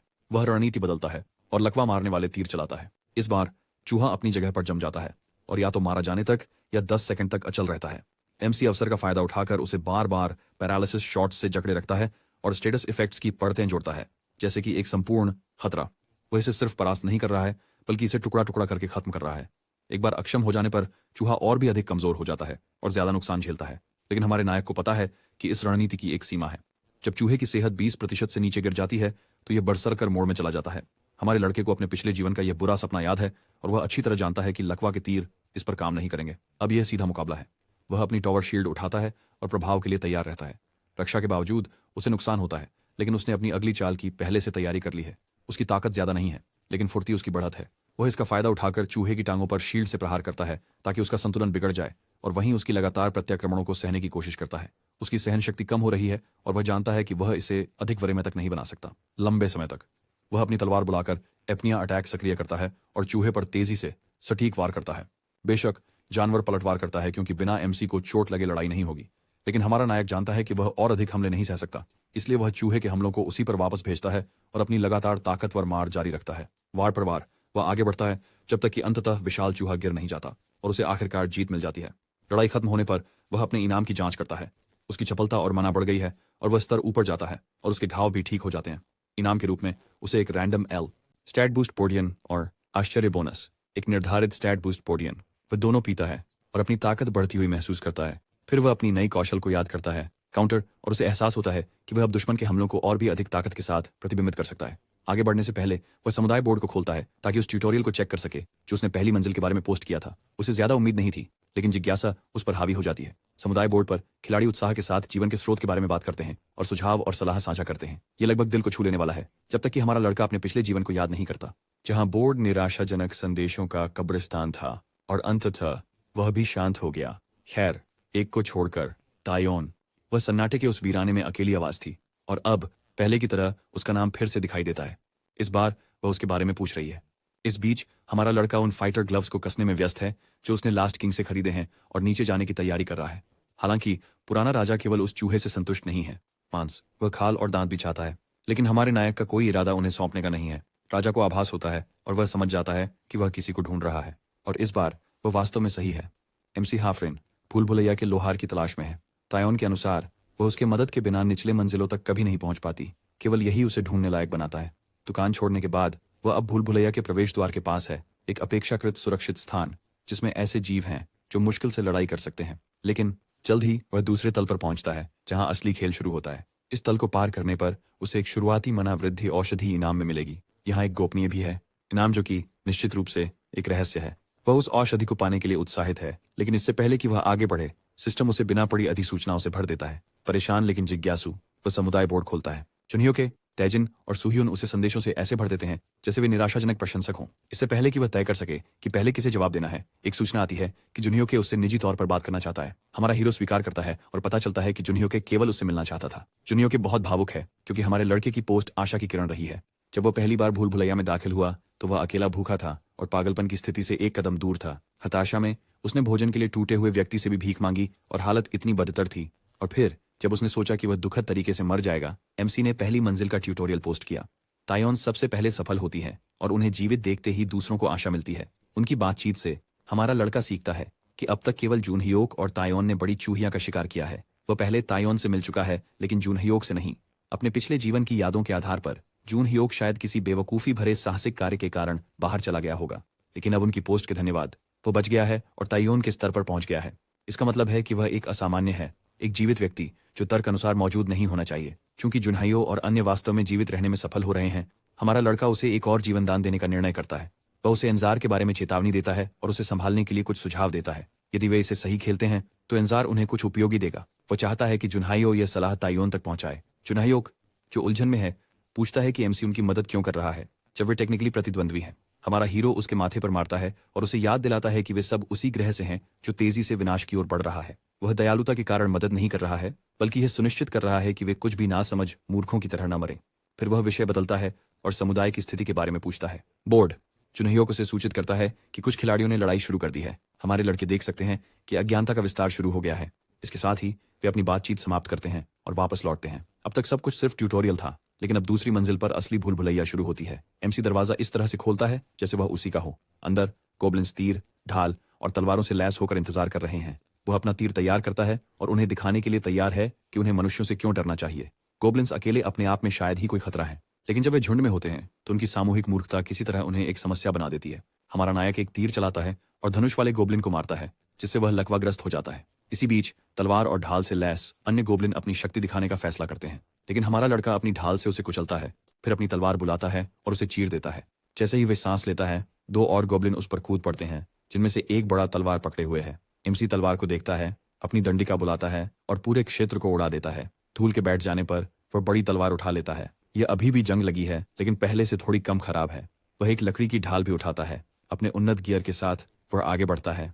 अगले कमरे में रकाराटस की वेदी है। सिस्टम उसे इस खोज के लिए मना और बुद्धिमत्ता में थोड़ी वृद्धि प्रदान करता है। उसे याद आता है कि भूल भुलैया के देवताओं की व्यक्तित्व में भिन्नता होती है। कुछ दोस्ताना होते हैं, कुछ को कोई परवाह नहीं होती, और कुछ खिलाड़ियों को खिलौनों की तरह समझते हैं। रकाराटस संघर्ष और मृत्यु के देवता हैं, जिसका सरल शब्दों में अर्थ है कि वह लोगों को पीड़ित होता देखना पसंद करता है। वेदी के सामने खड़े होकर हमारे लड़के को आगे एक भारी मनहूस शक्ति महसूस होती है, जो कि अब तक उसने देखी सबसे शक्तिशाली चीज है। अचानक टायोन का भाग जाने का फैसला पूरी तरह समझ में आता है। शायद यही एक समझदार काम था जो उसने किया। फिर सिस्टम एक चेतावनी देता है कि रकारातास उसे परखना चाहता है। परीक्षण पास करो और इनाम पाओ, जो कि काफी सरल लगता है। हमारा नायक स्वीकार करता है, क्योंकि ऐसा नहीं है कि उसके पास करने के लिए कुछ बेहतर है। उसकी उत्सुकता रकीरदास को आनंदित करती है। लगभग तुरंत रकीरदा का सेवक फेक पूरी तरह से बख्तरबंद होकर उभरता है, बिना किसी दृश्य कमजोरी के। धब्बे फेक समय बर्बाद नहीं करता और हमारे लड़के पर ओवर कंपेंसेटिंग योद्धा के अहंकार जितनी बड़ी तलवार लेकर चार्ज करता है। प्रभाव से मुख्य पात्र की ढाल टूट जाती है। अगर यह ही अवरोध करते समय हो रहा है तो वह भी इसे फेंकने का फैसला करता है। वह गियर बदलता है और दोनों तलवारें निकालता है, उसकी विश्वसनीय जंग लगी हुई और थोड़ी बेहतर जंग लगी हुई तलवारें, और फेक पर झपटता है। उनके हथियार टकराते हैं और हमारे नायक की पकड़ झटकों से बिखर जाती है। दूसरी ओर फेक झपकी भी नहीं लेता। हमारा लड़का समझ जाता है कि सिर्फ ताकत से काम नहीं चलेगा, इसलिए अब योजना भी का समय है। वह पीछे हटता है, फेक को लुभाता है और सही समय पर घूमकर वार करता है। इस बार वह वार कर देता है, लेकिन उसकी तलवार कवच में फंस जाती है। आदर्श नहीं है, लेकिन उसके पास इलाक हथियार तकनीक है जो उसे पास रहने और अपने प्रतिद्वंदी के हमलों को बिगाड़ने की अनुमति देती है। ये पहले भी काम किया था और अब भी काम कर रहा है। कुछ अच्छे वारों के बाद रकीरादास भ्रमित लगता है। एमसी एक कदम पीछे हटता है और यह सुनिश्चित करता है कि देवता एक क्रूर पूरी तरह से लड़ाई की उम्मीद कर रहे थे। ठीक संकेत मिलते ही रकीरादास चीजों को रोचक बनाने का फैसला करता है। वह अपनी अथॉरिटी को सक्रिय करता है और उसकी हस्तक्षेप क्षेत्र सजा के रूप में संकुचित हो जाती है। एक जो अब अधिक बुद्धिमान लगता है, लड़ाई का पुनर्मूल्यांकन करता है। दूसरी ओर हमारा लड़का समझ नहीं पाता कि अभी क्या हुआ। सेवक अपनी तलवार को अपने कवच पर घुमाता है और तलवार से एक ऊर्जा विकिरण करती है। फिर वह उस हथियार को सीधे एएमसी की ओर फेंकता है। फेक लेबल गायब हो गया है और वातावरण भी बदल गया है। हमारा लड़का समझ जाता है कि उसकी पिछली रणनीति काम नहीं करेगी, क्योंकि यह प्रतिद्वंद्वी बिना सोचे समझे नहीं है। और नहीं, नौकर झपटता है और हमारा नायक मुश्किल से अपनी तलवार से हमले को रोक पाता है, लेकिन अपनी रक्षा के बावजूद उसे नुकसान होता है। नौकर की हरकतें बिल्कुल भी ऐसी नहीं हैं जैसे पहले के मुकाबले, लेकिन वे तेज, सटीक और सोच समझ कर किए गए हैं। एक ही बेदागा वार से यह मुख्य पात्र को दीवार से टकरा देता है, जैसे कोई अनुभवी योद्धा अपनी तलवार का इस्तेमाल कर रहा हो। हमारा नायक मुश्किल से खुद को सीधा रख पाता है। उसके हाथों में हथियार हैं, फिर भी उसे ऐसा लगता है कि जैसे उस पर उसका कोई नियंत्रण नहीं है। इस भूल भुलैया के भीतर हर क्रिया का मूल्यांकन किया जाता है, और एक बार जब कोई तकनीक एक निश्चित परिभाषा से अधिक हो जाती है तो वह एक कौशल बन सकता है। अगर यह तलवारबाजी इतनी उच्च श्रेणी की है तो वह सीखना। उसकी आंखों में जुनून जल रहा है, क्योंकि वह इसे सीखने का दृढ़ निश्चय करता है। वह मानता है कि नौकर तलवारबाजी में श्रेष्ठ है, लेकिन वह स्वयं केवल एक तलवारबाज नहीं है, वह एक खिलाड़ी। वह केवल तलवार चलाना ही नहीं जानता, वह एक आग का गोला बुलाता है और उसे सेवक की ओर फेंकता है, लेकिन एक तेज वार से नौकर आग की लपटों को काट देता है। जैसे ही अंगारे मिटते हैं, मुख्य पात्र पहले ही गायब हो चुका होता है। सेवक के पास प्रतिक्रिया करने का मुश्किल से ही समय होता है जब हमारे नायक पीछे से हमला करता है और एक ठोस वार करता है। सेवक तेजी से घूमता है और अपनी तलवार घुमाता है। हमारा लड़का अपनी डिफ्लेक्ट स्किल सक्रिय करता है, लेकिन प्रभाव के कारण उसे चोट लग जाती है। वह अपनिया के साथ जवाबी हमला करता है और आगे बढ़ने के लिए अपने प्राप्त नुकसान की परवाह नहीं करता। उसकी निरंतर आक्रामकता फायदेमंद होती है, क्योंकि सिस्टम उसे लगातार अटैक स्किल से पुरस्कृत करता है, लेकिन वह संदेश को अनदेखा कर देता है। उसकी मना कम हो रही है। वह इस लड़ाई को और लंबा नहीं खींच सकता। वह अपनी पूरी ताकत जुटाता है, नौकर की ओर कूदता है और नौकर उसकी गति को दोहराता है। जैसे ही वह वार करने की तैयारी करता है, नौकर की तलवार उसके सीने में घुस जाती है, जिससे उसके अंदर दर्द उठता है। इस बार नुकसान बहुत बड़ा है, लेकिन वह गिरने से इनकार करता है। वह अपनी होल्ड ऑन स्किल सक्रिय करता है और इस घातक वार को निष्क्रिय कर देता है। अपने शेयर विल की ताकत से वह अपनी दोनों तलवारें नौकर के बख्तरबंद गले में घुसा देता है। वह जोर लगाता है और अंत में नौकर का सिर उसके शरीर से अलग हो जाता है। वह अपनी सांस रोकता है और देखता है कि नौकर का चेहरा उसके नीचे खुल रहा है। कवच शत्रुता के बजाय यह उसे उसकी बहादुरी के लिए एक दुर्लभ प्रशंसा देता है। फिर जैसे ही प्रणाली नौकर की हार की पुष्टि करती है, उसे अनुभव में वृद्धि मिलती है। उसकी क्षमताएं सुधरती हैं, उसकी स्थिति पूरी तरह से बहाल हो जाती है और उसकी अकेली हमलावर क्षमता उसके अकेले विजय के कारण सक्रिय होती है। वह अपनी स्थिति खिड़की की जांच करता है और देखता है कि उसका स्वास्थ्य और मना बढ़ गए हैं, लेकिन उसकी निराशा के लिए कोई गिरा हुआ आइटम नहीं है। फिर कुछ अप्रत्याशित होता है। रकीरादास लड़ाई से संतुष्ट है और उसे इनाम देने का फैसला करता है। एमसी के सामने एक लाल धब्बेदार तलवार प्रकट होती है, जो कि रकीरादास की समारोहिक है। तलवार जिसका रंग पिछले बलिदानों के खून से गहरा हो गया है। वह इसे मुश्किल से ही मान पाता है, क्योंकि दूसरी मंजिल पर इस स्तर का हथियार मिलना अनसुना है। अंततः दुर्लभ सौभाग्य, लेकिन इनाम यही नहीं रुकते। उसे संघर्ष का प्रमाण कौशल भी मिलता है, जो एक शक्तिशाली क्षमता है जो जितने अधिक दुश्मन वह पराजयों पर विजय के साथ, जब वह सब कुछ समझने की प्रक्रिया में है, जमीन कम कंपाने लगती है। एक सिस्टम अधिसूचना प्रकट होती है और उसे बताती है कि रकीरदास ने एक धर्मदूत अनुबंध का प्रस्ताव बढ़ाया है। हमारे लड़के को नहीं पता कि एक धर्मदूत अनुबंध क्या है और इसके बारे में कोई उपयोगी मार्गदर्शिका भी नहीं है। वह जमीन पर बैठकर सोचता है कि रकीरदास को एक दंड लगा है जो उसकी प्रभावशीलता को सीमित करता है। पता चला कि देवताओं को भी परेशान करने वाले नियमों से जूझना पड़ता है, और फिर भी राकीरादास उसे अपना प्रेरित बनाने के लिए यह नुकसान उठाने को तैयार है। यह एक अच्छा प्रस्ताव है, सिवाय इसके कि राकीरादास खैर फिर भी एक देवता है। एमसी अपने क्वेस्ट्स को अपनी मर्जी से कर रहा है, इसलिए उसे यकीन नहीं है कि यह सौदा उसके लिए अच्छा रहेगा। पूरा शाश्वत सेवक होना मजेदार नहीं लगता, इसलिए वह इसे अस्वीकार कर देता है। शुक्र है राकीरदास नखरा नहीं करता। इसके बजाय एक उप क्वेस्ट पॉपअप होता है जो चाहता है कि वह दूसरे और तीसरे फ्लोर के सभी दुश्मनों को मार डाले और उसे प्रदर्शन के आधार पर पुरस्कार मिलेगा। हमारा नायक कोई बेवकूफ नहीं है कि वह किसी ऐसे पर भरोसा करे जिसने पहले ही पीठ में छुरा घोंपा है। लेकिन सिस्टम विंडो फिर से दिखाई देती है और राकीरदास अच्छे का वादा करता है। इनाम हमारा लड़का बस मान लेता है और उम्मीद करता है कि रकीरदास इस सरल खोज को एक बुरा सपना नहीं बनाएंगे। उसके बाद वह दुकान पर कुछ औषधियां लेने जाता है ताकि चीजें गड़बड़ा जाएं तो वह तैयार रहे। खोया हुआ राजा उस औपचारिक तलवार को पहचानता है जो रकीरदास ने उसे दी है। वह रकीरदास को व्यक्तिगत रूप से भी जानता है, या बल्कि उसने कई विलक्षण प्रतिभाओं को भगवाना की बुरी आदतों के कारण दुखद अंत पाते देखा है। मुख्य पात्र उससे प्रेरित अनुबंध के बारे में पूछता है, लेकिन वह दुकान का मालिक होने की अपनी भूमिका निभाता है। वह बस चाहता है कि हमारा नायक जो कुछ उसे चाहिए खरीद कर निकल जाए, और हमारा लड़का यह इशारा समझ जाता है। वह चलते चलते समुदाय बोर्ड को देखकर यह पता लगाता है कि क्या किसी और ने एंजर से मुलाकात की है। पता चलता है कि जुनहयोक और तायुन ने मुलाकात की है, लेकिन उनकी मुलाकातें उसकी से पूरी तरह अलग हैं। एंजर ने जुनहयोक पर सीधे थूक दिया था। जुनहयोक ने वापस लड़ने की कोशिश की, लेकिन उसका शरीर हिलने से इनकार कर दिया और वह तुरंत कुचला गया। तायुन की कहानी भी वैसी ही है। अभी के लिए जुनहयोक और तायुन भी बाकी सब की तरह चूहों से लड़ने में व्यस्त हैं। हमारा लड़का उन्हें विशाल चूहे के हमले के तरीके के बारे में कुछ सलाह देता है और उन्हें सावधान रहने की चेतावनी देता है। इसे वास्तव में कैसे हराना है यह उनकी समस्या है। इसके साथ ही वह अपने उपमिशन पर ध्यान केंद्रित करता है। दूसरी मंजिल पर गोब्लिन छाया में छिपे हुए हैं और उसे ऐसे देख रहे हैं जैसे वह उनका अगला भोजन हो। जैसे ही वे हमला करते हैं, मुख्य पात्र बिल्कुल भी नहीं हिचकिचाता, बल्कि वह अपनी नई संघर्ष प्रमाण कौशल को आजमाने के लिए उत्साहित है। वह औपचारिक तलवार घुमाता है और उन्हें काट देता है। उसका मन अधिक तेज महसूस करता है, उसकी थकान दूर हो जाती है और उसके आंकड़े बढ़ जाते हैं। लेकिन सबसे अच्छी बात यह है कि इसमें कोई सीमाएं नहीं है। जब तक वह लड़ता रहता है वह जारी रख सकता है। जा रहा यह कौशल शायद उसका नया पसंदीदा बन सकता है। गॉब्लिन एक के बाद एक गिरते जाते हैं और जल्द ही हमारा हीरो सामने एक दरवाजा देखता है। वह इसे खोलता है और एक योद्धा की कब्र देखता है। उसकी पहली खोज का बोनस उसे बुद्धिमत्ता और मना में वृद्धि देता है। उसे कोई अंदाजा नहीं था कि कब्र को छूने पर क्या होगा, लेकिन अचानक चमकदार प्रकाश से वह चौंक जाता है। एक भूतिया आकृति प्रकट होती है। उसे जल्दी से एक अभिवादन करता है और फिर वापस कब्र में गायब हो जाता है। वह कब्र को देखता है और समझने की कोशिश करता है कि अभी क्या हुआ।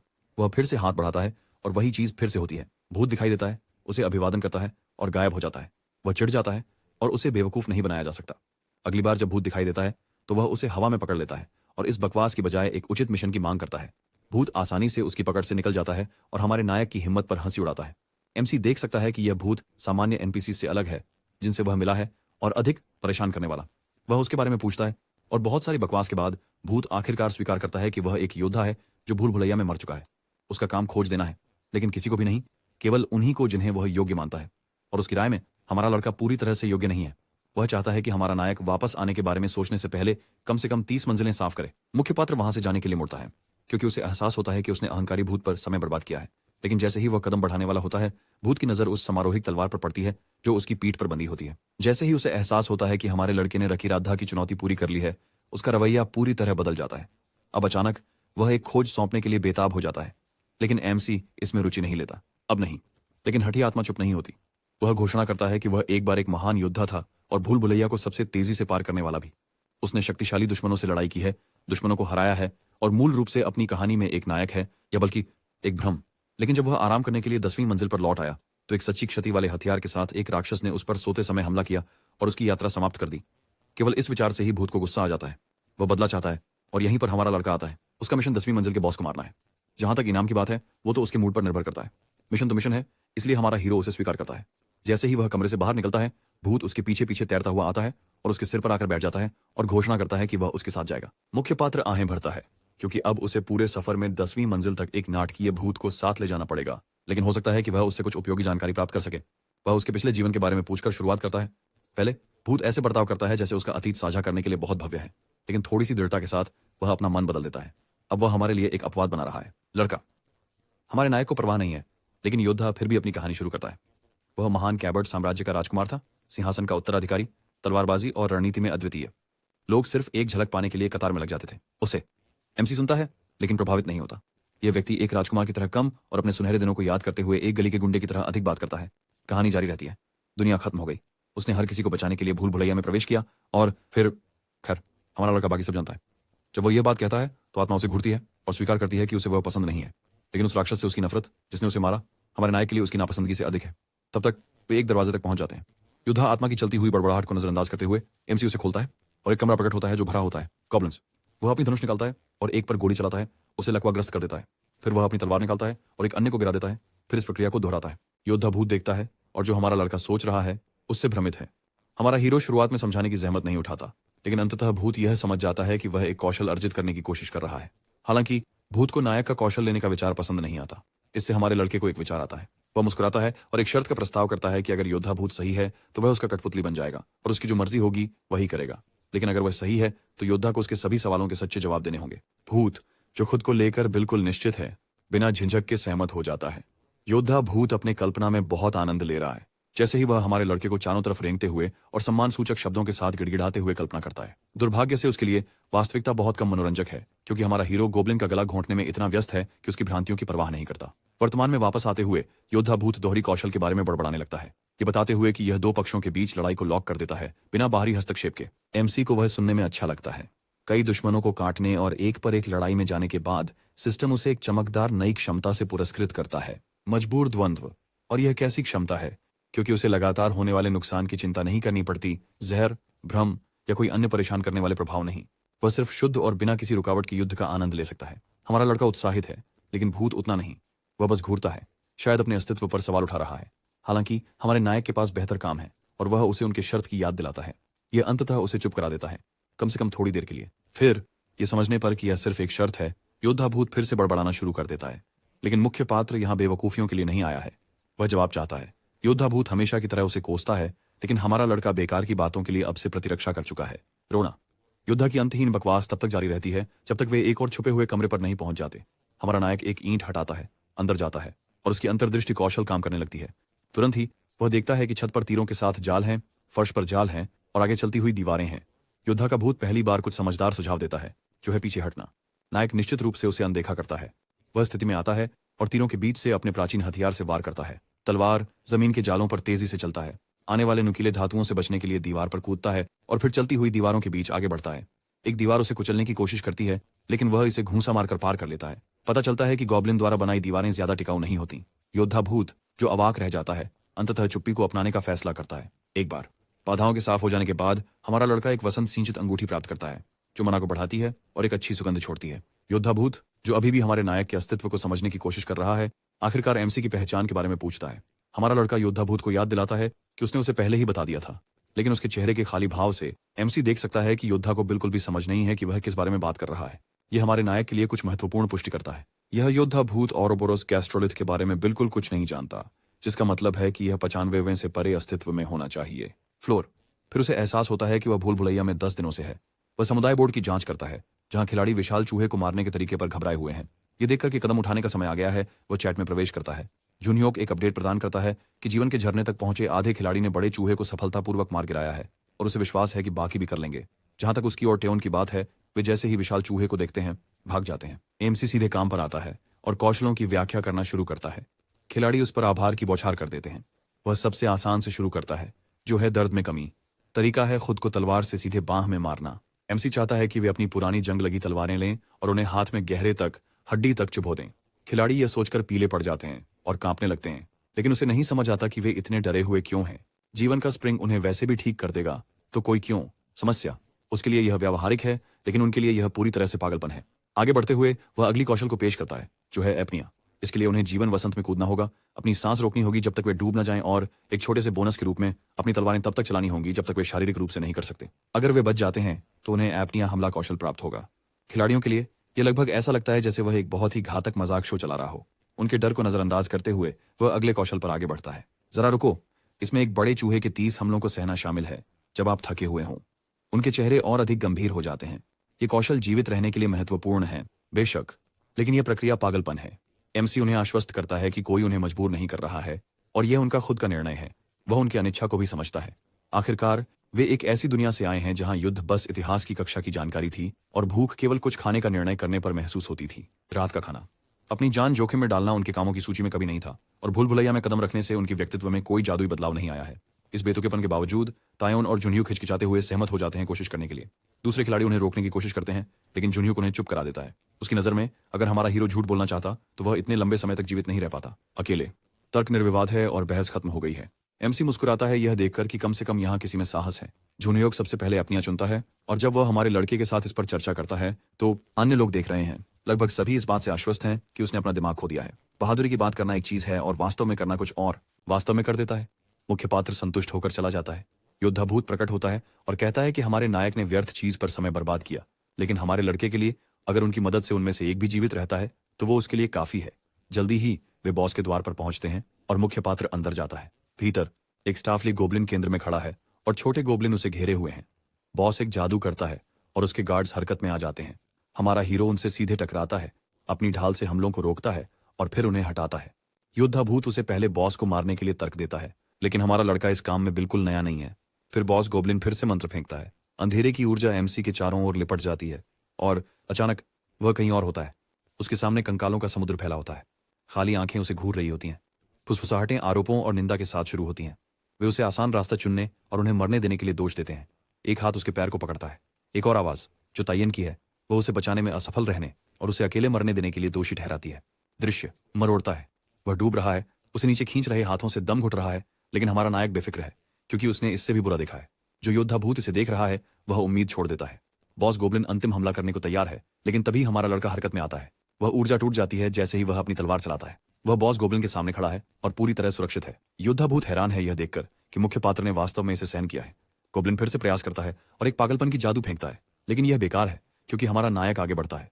गोब्लिन हताश होकर एक श्राप देता है, फिर भी कुछ नहीं होता। इसके बजाय हमारे लड़के को नई क्षमताएं मिलती हैं, दिमागी प्रतिरोध और जादू प्रतिरोध। फिर वह गोब्लिन का गला पकड़ता है और अपनी तलवार सीधे उसमें भोंक देता है और लड़ाई खत्म कर देता है। भूत जिसका मानना था कि वह एमसी को नियंत्रित कर सकता है, अब समझ जाता है कि यह लड़का पूरी तरह से अनियंत्रित है और इससे भी बुरा यह है कि वह इसमें बेहद अच्छा है। हमारा लड़का शुरुआती मना पोषण पीता है और ऊर्जा का संचार महसूस करता है। इसके साथ ही उसे एक गिरे हुए चोर का उपकरण मिलता है जो जाहिर तौर पर जाल को निष्क्रिय करने और दरवाजे खोलने में उपयोगी है। भूत के साथ बहस करते हुए वह तीसरी मंजिल की ओर बढ़ता है। इस बार उसका इनाम है एक शुरुआती स्वास्थ्य बढ़ाने वाला पोषण। गुप्त पुरस्कार अभी भी एक बड़ा प्रश्न चिन्ह है। वह दुकान पर पहुंचता है और एक अजीब से पारिवारिक पुनर्मिलन में प्रवेश करता है, सिवाय इसके कि बदतर योद्धा आत्मा और खोया हुआ राजा एक दूसरे को देखते हैं और तुरंत तनाव आकाश को छू जाता है। खोया हुआ राजा हमारे लड़के को योद्धा से प्रभावित न होने की चेतावनी देता है, जो कि स्वाभाविक रूप से मौखिक बहस को उत्पन्न करता है। यही तो मुख्य पात्र को चाहिए था। दो प्राचीन प्राणी बच्चों की तरह झगड़ रहे हैं। हमारा नायक बीच बचाव करने की कोशिश करता है, लेकिन वे दोनों आपस में व्यस्त हैं। गालियां तो वह हथियारों का ढेर बुलाता है और सफलतापूर्वक उनका ध्यान खींच लेता है। वह उन्हें बेचने की योजना बनाता है और खोया हुआ राजा, जो पूरी तरह से भारी मात्रा से हैरान है, क्षणिक रूप से अपने क्रोध को भूल जाता है। उनकी हक्का बक्का अभिव्यक्तियों को अनदेखा करते हुए हमारा लड़का अपनी खरीदारी चुनता है। चढ़ाऊ दस्ताने, एक कांस्य ढाल, धातु और कांटे जैसी अंगूठियां और शक्ति बढ़ाने वाला हार। योद्धा भूत और खोया हुआ राजा उसे इस तरह घूरते हैं जैसे उसने कोई चमत्कार कर दिया हो। एमसी, जिसकी उनके बकवास के लिए अब और सहन शक्ति नहीं है, उन्हें छोड़कर निकल जाता है। बाहर जाते समय उत्सुकतावश वह योद्धा भूत से पूछता है कि खोए हुए राजा के साथ उसका क्या मामला है। जवाब में योद्धा भूत उसे खोए हुए राजा पर भरोसा न करने की चेतावनी देता है। फिर भी हमारा नायक इसे ध्यान में रखने का फैसला करता है, क्योंकि शायद योद्धा वास्तव में जानता है कि वह क्या कह रहा है। इससे पहले कि वह इस पर विचार कर सके, गोब्लिन्स का एक समूह प्रकट होता है जो अपनी हद से अधिक आत्मविश्वास में दिख रहे हैं। हमारा लड़का उन्हें कचरे की थैलियों की तरह मारकर फेंक देता है। यहाँ तक कि योद्धा भूत भी प्रभावित नहीं लगता। कुछ ही मिनटों में 2 कमरे साफ हो जाते हैं। इस गति से वे जल्दी ही यहाँ से बाहर निकल जाएंगे। योद्धा भूत सुझाव देता है कि वे आगे बढ़ें, लेकिन मुख्य पात्र उसे एक महत्वपूर्ण विवरण की याद दिलाता है कि उसके पास राकड़दास का मिशन है, जिसमें उसे दूसरे और तीसरे मंजिल पर हर राक्षस का नाश करना है। जैसे ही वह एक और जत्था गोब्लिनों का खत्म करता है, वह बातचीत को अपोस्टल अनुबंध की ओर मोड़ता है। योद्धा भूत आखिरकार उपयोगी बनने का फैसला करता है और बताता है कि भूल भुलैया के देवता अलग अलग क्षेत्रों की देखभाल करते हैं, जैसे विजय और पराजय, लेकिन रकरादास कई क्षेत्र में खेलते हैं। उनके ग्रह के देवताओं के विपरीत इनका खुद भूल भुलैया बनाने में हाथ था। किंवदंती के अनुसार बहुत समय पहले एक शक्तिशाली जादूगर ने यह विचार परम सिद्ध को प्रस्तुत किया। वे थे रोमांचित और अंततः जब उनका अपना समय समाप्त होने लगा, वे गहराई में बस गए। भूल भुलैया उन गरीब आत्माओं का न्याय करने की प्रतीक्षा करते हुए जो प्रवेश करने की हिम्मत करते हैं। प्रेरित अनुबंध मूल रूप से एक विशेष वीआईपी पास है जो शक्ति, पुरस्कार और कल्पना से परे क्षमताएं प्रदान करता है। बात यह है कि किसी को उनके नियमों का पालन करना पड़ता है, चाहे वे कितने भी हास्यास्पद क्यों न हो। और यह न भूलें कि साइन अप करने के बाद एक दिव्य दुश्मनों की सेना बनाता है, क्योंकि रकुरदास बिल्कुल लोकप्रिय नहीं है अन्य के बीच। देवताओं, जितना गहरा हमारा लड़का जाता है उतनी ही बुरी चीजें होंगी। यह सब सुनकर एमसी को एहसास होता है कि उसे कोई भी लापरवाह निर्णय लेने से पहले सोचना चाहिए। भूल भुलैया पर विजय पाने और एक इच्छा अर्जित करने वाला भाग उसका ध्यान खींचता है। ध्यान, कुछ ऐसा जो ताइयोन ने कभी नहीं बताया। उसने ओरोबोरस के गैस्ट्रोलिथ को पाने के लिए अपनी इच्छा का उपयोग किया होगा। हालांकि अगर वह कुछ भी मांग सकती तो उसके लिए इसे चुनना समझ नहीं आता। वह जिस टैन को वह जानता था वह ऐसा अवसर बर्बाद नहीं करता। सिर खुजलाते हुए हमारा लड़का अनुत्तरित प्रश्नों में डूब रहा है। यदि साहसी लोग एक इच्छा के लिए भूल भुलैया में स्वेच्छा से प्रवेश करते हैं तो उनके ग्रह के लोगों का क्या? इतना कुछ है जो वह नहीं जानता, और फिर भी वह केवल अपने सामने की चीजों पर ध्यान केंद्रित कर सकता है। हमारा नायक फर्श पर आगे बढ़ता है, एक के बाद एक जाल निष्क्रिय करता है, जब तक कि अंत में उसे एक नई कौशल नहीं मिल जाती। जाल निशस्त्र करना। आत्मविश्वास से भरे हुए वह इसे दूसरे जाल पर इस्तेमाल करने की कोशिश करता है और बुरी तरह विफल होता है। योद्धाभूत अपना आपा खो देता है और यह बखेड़ा करता है कि हमारा लड़का एक ऐसी कला पर समय बर्बाद कर रहा है जिसमें वह स्पष्ट रूप से असफल है, बजाय अपनी सामान्य अंतर्दृष्टि क्षमता का उपयोग करके छिपे हुए चीजों को खोजने के लिए। कमरे, लेकिन एमसी को अपने तरीके से काम करना पसंद है और उसे स्किल्स इकट्ठा करना पसंद है, क्योंकि कभी नहीं पता होता कि कब कोई स्किल काम आ जाए। भूत केवल हताशा में गुस्सा कर सकता है। कुछ समय बाद हमारा हीरो अपने हाथ फैलाता है क्योंकि वह संतुष्ट महसूस करता है। उसकी स्किल थोड़ी बेहतर हो गई है और इनाम के रूप में उसे निचोड़ा हुआ मिलता है। घंटी, यह तीसरी मंजिल के सभी गुप्त कमरों को पूरा करता है। अब केवल बॉस बचा है। वह बॉस के कमरे में प्रवेश करता है। पूरी मंजिल गोब्लिन से भरी हुई है, इसलिए यह अनुमान लगाना मुश्किल नहीं है कि बॉस क्या होगा, और निश्चित रूप से वहां है गोब्लिन चीफटेन। योद्धा भूत हमारे लड़के को डराने की कोशिश करता है कि चीफटेन गुस्से में है क्योंकि उसने उसकी पूरी सेना को खत्म कर दिया, लेकिन एमसी परवाह नहीं करता। उसे कुछ जगह जाना है। चीफटेन समय बर्बाद नहीं करता और लहर हमला करता है। हमारा हीरो आसानी से बच निकलता है और एक ब्रह्म मंत्र के साथ पलटवार करता है। यह काम करता है, लेकिन लगभग 1 सेकंड के लिए। उसके बाद सरदार इससे बाहर निकलता है और अपनी खुद की छड़ी उसे मारने के लिए घुमाता है। हमारा लड़का कूदता है और पलटवार करता है। दूसरी ओर भूत को पूरी लड़ाई उबाओ। सरदार को चुनौती नहीं है। थोड़े ही समय में मुख्य पात्र ने दुश्मन को जमीन पर गिरा दिया और आसानी से जीत प्राप्त कर ली। जैसे ही सिस्टम संदेश प्रसारित होते हैं वह अपनी अच्छी तरह से अर्जित पुरस्कार इकट्ठा करता है। उनमें एक शुरुआत के लिए स्वास्थ्य औषधि और एक विशेष खोज, एक पुरानी जादुई लक्षणों से युक्त लकड़ी की छड़ी होती है। इसे पकड़कर हमारा नायक वास्तव में चौंक जाता है। उसने हमेशा सोचा है कि जादू कुछ विशेष वस्तुओं के माध्यम से ही उपलब्ध होता है, और फिर भी यहाँ वह एक छड़ी पकड़े हुए है जिसका उपयोग वह कर सकता है।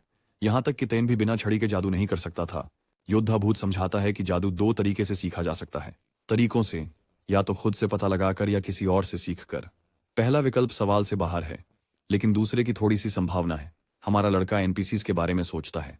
असली प्रशिक्षक केवल अकेले मोड में होते हैं, लेकिन अगर किसी को कहीं छुपा दिया गया है जहां टाइन भी नहीं जानता है तो यह समझा सकता है कि अब तक किसी और ने जादू क्यों नहीं खोजा है।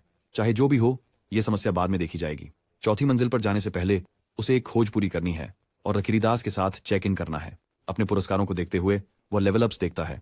आत्मा हमले में वृद्धि और तीसरी मंजिल की सफाई पुरस्कार, लेकिन गुप्त कमरे की खोज के लिए कुछ भी नहीं है, जिसका मतलब है कि अभी भी कुछ छुपा हुआ है। वह योद्धा भूत से पूछता है, लेकिन वह भी इसकी जानकारी नहीं रखता। पूरे तले को फिर से जांचना बहुत झंझट का काम है, इसलिए वह इसे छोड़ने ही वाला होता है। तभी उसे कुछ अजीब लगता है। दीवारों पर बनी आकृतियां सभी एक विशेष स्थान की ओर घूर रही हैं। उसे शक होता है और वह वहां जाकर अपने ट्रैप डिसआर्म कौशल का उपयोग करता है। दीवार गिर जाती है और एक और छिपा कक्ष सामने आता है। भीतर उसे कुछ नया मिलता है। एक नामित राक्षस गोब्लिन लॉर्ड हेंगेहा उसके सामने है। यह पहली बार है जब उसने किसी लॉर्ड को देखा है, एक ऐसा प्राणी जिसने मूल रूप से अपनी प्रजाति की सभी सीमाओं को तोड़ दिया है और सामान्य मानकों से परे शक्ति प्राप्त कर ली है। हेंगेहा अपनी तलवार निकालता है और मुख्य पात्र के प्रति कोई वास्तविक क्रोध नहीं दिखाता। उसके लिए यह सिर्फ उसके काम का हिस्सा है, क्योंकि उसे एक राक्षस की भूमिका दी गई है और हमारे हीरो का उससे लड़ना तय है। गोब्लिन अपनी तलवार घुमाता है और पास के स्तंभ को नष्ट कर देता है।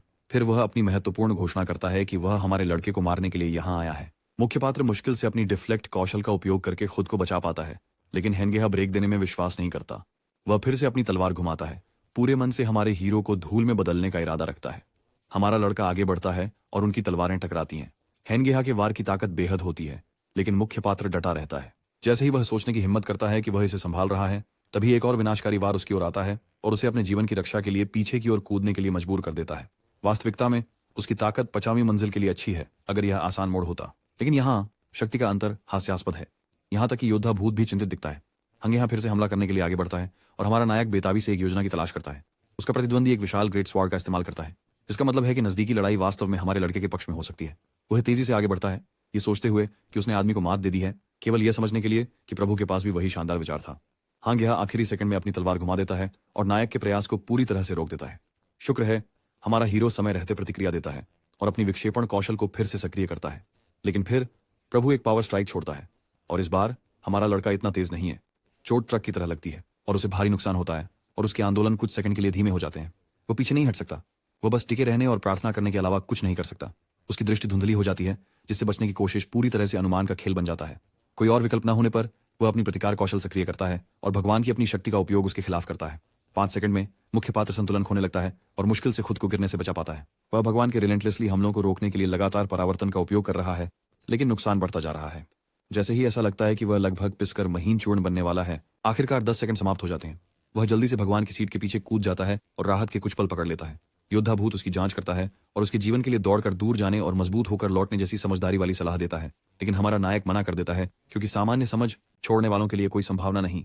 योद्धा भूत उसे समझाने की कोशिश करता है, लेकिन हमारे लड़के का कहना सही है कि इनाम आसानी से नहीं मिलता।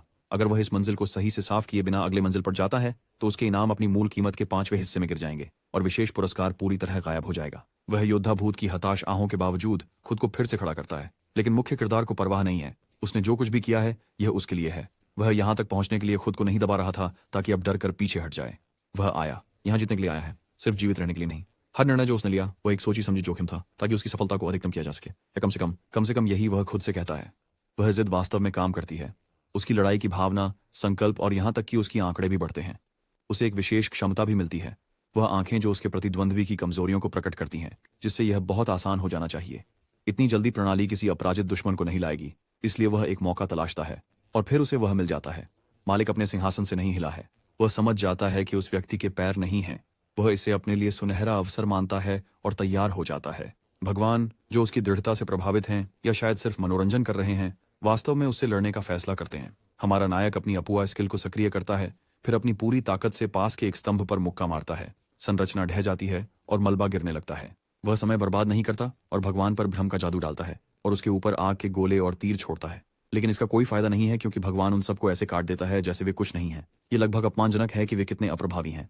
हमला विफल हो जाता है, लेकिन हमारे लड़के के पास अभी भी एक चाल बाकी है। वह अनुष्ठानिक तलवार को भगवान की ओर इशारा करता है और सीट के पीछे झुक जाता है। फिर वह अपनी बल द्वैत कौशल को सक्रिय करता है। अब वातावरण में कुछ भी हस्तक्षेप नहीं कर सकता सिवाय हथियारों और बुलाए गए जानवर।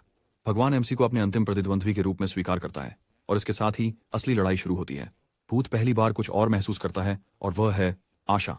अब तक उसने केवल हमारे लड़के को मात्र आंकड़ों की दम पर लड़ाइयों को जीतते देखा है, लेकिन इस बार चीजें अलग हैं। वह एक ऐसे प्रतिद्वंद्वी के सामने है जिसका सच में मौका है। इसी बीच मुख्य किरदार के पास इन विचारों का समय नहीं है। एक हिंसक विस्फोट उस कुर्सी को तोड़ देता है जिस पर भगवान बैठा था, लेकिन वह व्यक्ति मुश्किल से ही झपकता है। वह हमारे नायक का मजाक उड़ाता है कि वह दूरी से पराजित नहीं हो सकता।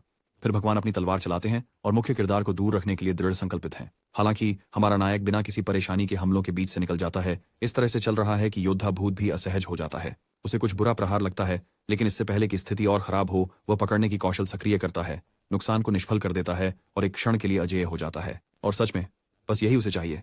ठंडे दिमाग से वह औपचारिक तलवार को प्रभु के अंदर घुसेड़ देता है। एक वार से दूसरा वार बन जाता है, फिर एक और। अपने अंतिम क्षणों में स्वामी मुस्कुराता है, हमारे नायक की प्रशंसा करता है और फिर मर जाता है। लड़ाई जीतने के बाद हमारा लड़का बोनस कौशल प्राप्त करता है और 2 बार स्तर बढ़ाता है। वह अपनी स्थिति विंडो की जांच करता है और उसे नई कौशल पावर स्ट्राइक मिलती है, जो हमले को अधिक शक्तिशाली बनाती है, और एक्सेलरेशन, जो उसे मानव प्रक्षेप्य बना सकती है। एक रहस्य उजागर करने के इनाम के रूप में उसे दक्षता बढ़ोतरी प्राप्त होती है। पोषण, जिसे वह बाद के लिए बचाने का फैसला करता है। उसे गुरु का हार भी मिलता है। तभी वह ध्यान देता है कि योद्धा भूत पूरी तरह से शांत हो गया है। आमतौर पर बड़बोला आत्मा अब कुछ नहीं कहता, लेकिन वह कोई बात निकालने की कोशिश नहीं करता। प्रतिक्रिया। योद्धा भूत ऐसा लगता है कि वह टिप्पणी करना चाहता है, लेकिन अंततः खुद को रोक लेता है। अपने मिशन को पूरा करने के बाद मुख्य पात्र रकीरदास की समाधि में लौटता है, जहां रकीरदास उसे फिर से अपोस्टल अनुबंध पेश करता है और उम्मीद के मुताबिक हमारा नायक बिना एक पल गंवाए मना कर देता है। फिर रकीरदास उसे मिशन की सफल पूर्ति के लिए बैरियर कौशल से पुरस्कृत करता है, जो आने वाले नुकसान को अवशोषित कर सकता है और उसकी स्वास्थ्य स्थिति के आधार पर उसकी ताकत बढ़ा सकता है। हमारे लड़के को यह ऐसा लगता है जैसे उसने दूसरी स्वास्थ्य पट्टी को अनलॉक कर लिया हो और वह एक कदम और करीब है। अमरणीय। इसके साथ ही राकीरादास उसे अलविदा कहता है। योद्धा भूत, जो पूरे समय एमसी के पीछे छुपा हुआ था, आखिरकार सांस छोड़ता है। हमारे हीरो की नई लूट सुरक्षित होने के साथ वे चौथी मंजिल की ओर बढ़ते हैं, जहां ग्रे कलाई का ब्रेस और एक रहस्यमयी गुप्त इनाम उनका इंतजार कर रहे हैं। हमारा लड़का याद करता है कि ताइयों ने उल्लेख किया था कि इस मंजिल पर जो लोग शासन करते हैं वे कठोर, बुद्धिमान और सच्चे योद्धा ऑर्क्स हैं। गेट से गुजरने के बाद एमसी खुद को वल्ताजहार के सामने पाता है, वेदी, जो भक्त अनुयायियों द्वारा एक विस्तृत संरचना के रूप में गॉड के सीधे संपर्क के लिए बनाई गई है। योद्धा भूत उसे बताता है कि वॉल्टाजहार विजय का देवता है और न तो अच्छा है और न ही बुरा, बस जीत में ही रुचि रखता है। देवता हमारे नायक में रुचि लेते हैं और उसे एक परीक्षण की पेशकश करते हैं। हमारा लड़का हिचकिचाता है। पिछली बार जब उसने एक परीक्षण स्वीकार किया था तो रकीरादास ने उसे लगभग एक चेतावनी कथा में बदल दिया। हालांकि योद्धा भूत उसे प्रोत्साहित करता है क्योंकि उसे विश्वास है कि मुख्य पात्र इसे संभालने के लिए काफी मजबूत है।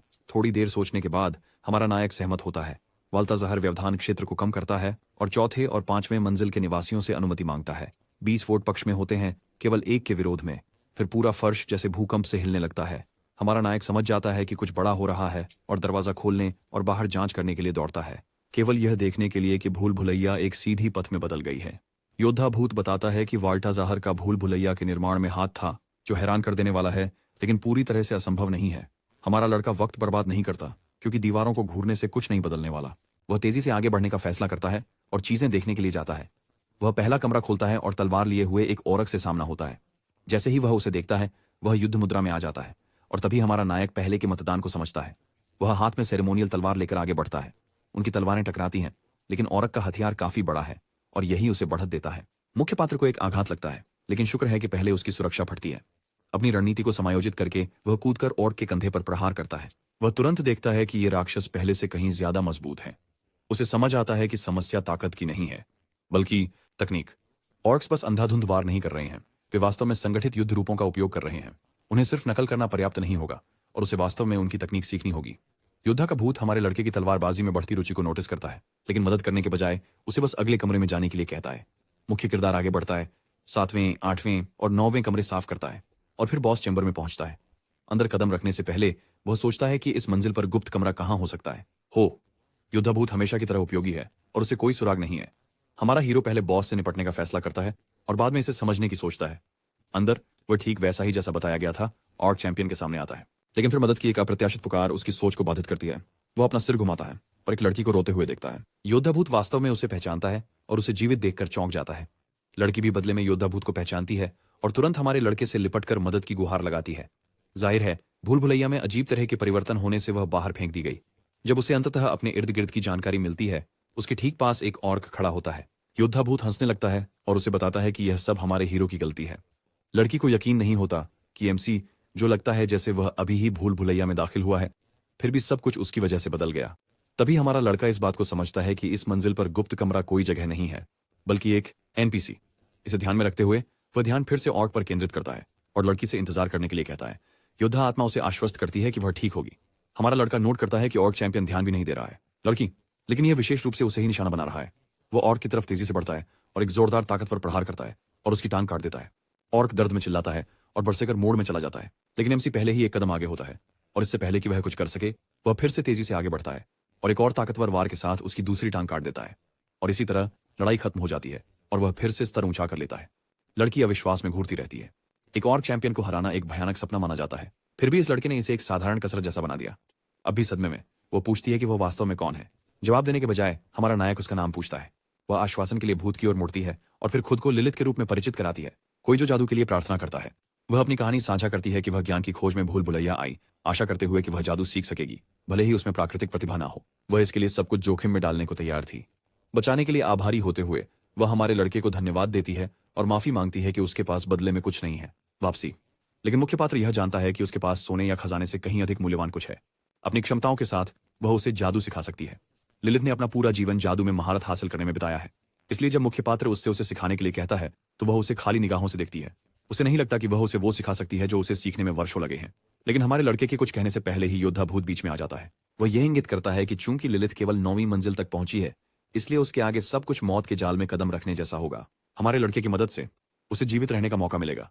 वह एमसी की प्रतिष्ठा को भी बढ़ावा देता है और बिल्कुल ऐसे ही योद्धा भूत की बात मान ली जाती है और लिलित सहमत हो जाती है।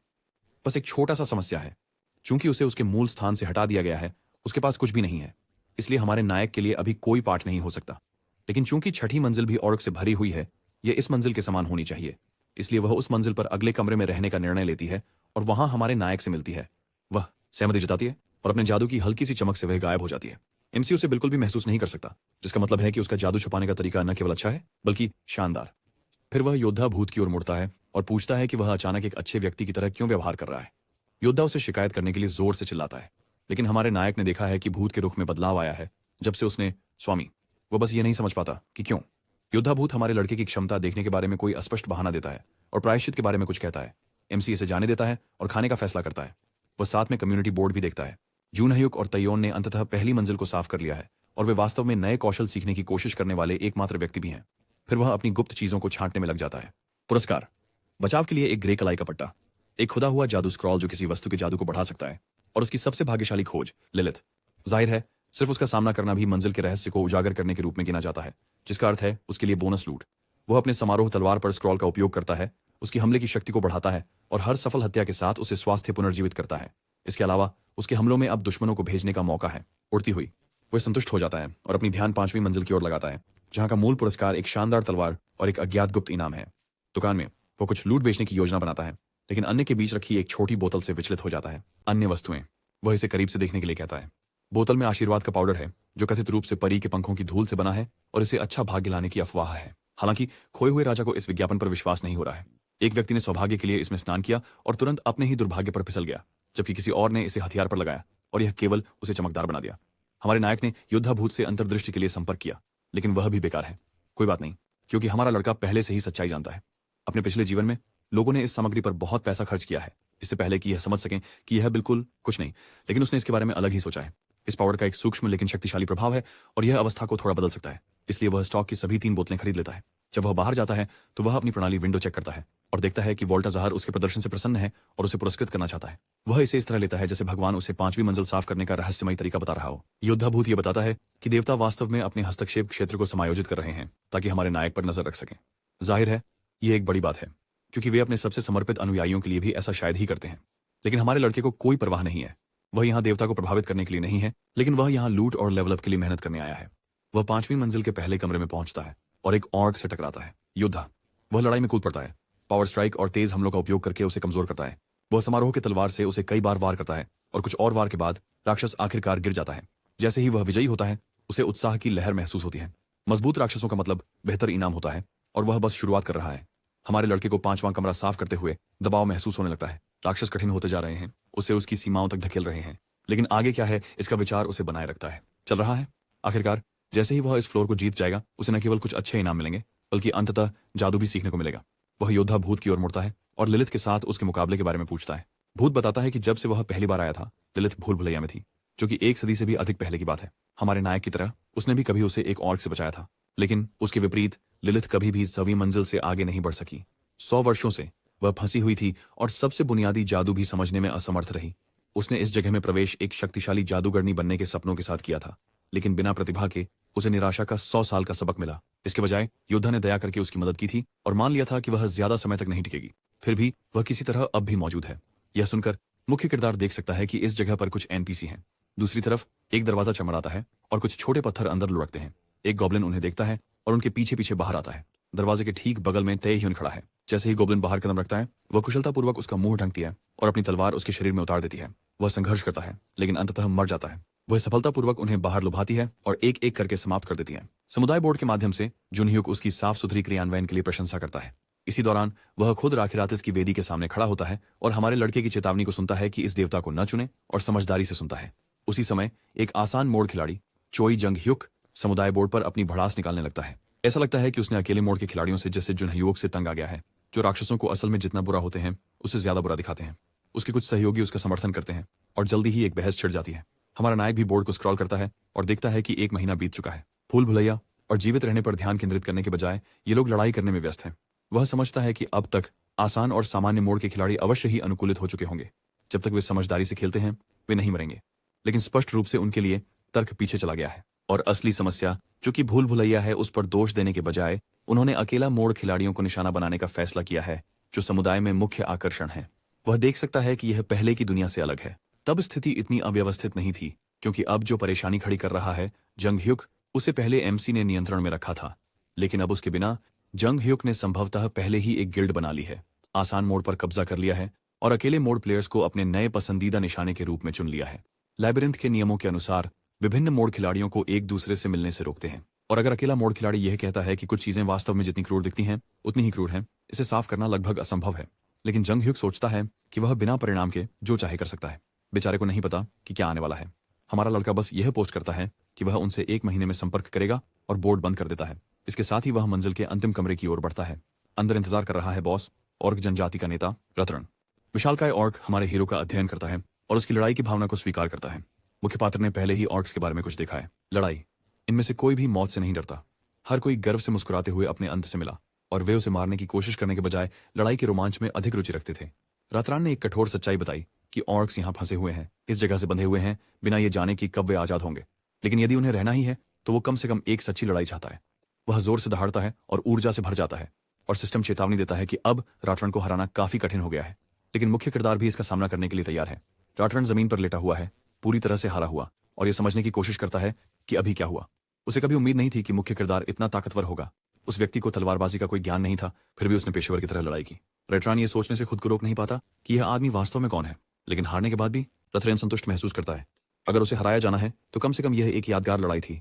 वह बस यही आशा करता है कि हमारा हीरो जो उसने शुरू किया है उसे खत्म करने में हिचकिचाए नहीं। इसके साथ ही मुख्य पात्र वाल्तज़ाहर की परीक्षा पूरी करता है और अपने पुरस्कार प्राप्त करता है। सबसे पहले है बेल्ट ऑन फाइटिंग स्पिरिट, जो हर जीत के बाद आक्रमण और रक्षा को बढ़ावा देती है और शक्ति और मना को पुनः स्थापित करती है, मूल रूप से जीवित रहने के लिए एक चीट कोड। फिर आता है प्रूफ ऑफ विक्ट्री, एक क्षमता जो उसे अपने चुने हुए किसी एक आंकड़े को लगातार अपग्रेड करने की अनुमति देती है, और इसके लिए हमारा लड़का मना चुनता है। वाल्तज़ाहर फिर एक प्रेरित अनुबंध की पेशकश करता है और हमारा नायक इसे बिना सोचे समझे ठुकरा देता है। आगे बढ़ते हुए वह और पुरस्कार प्राप्त करता है।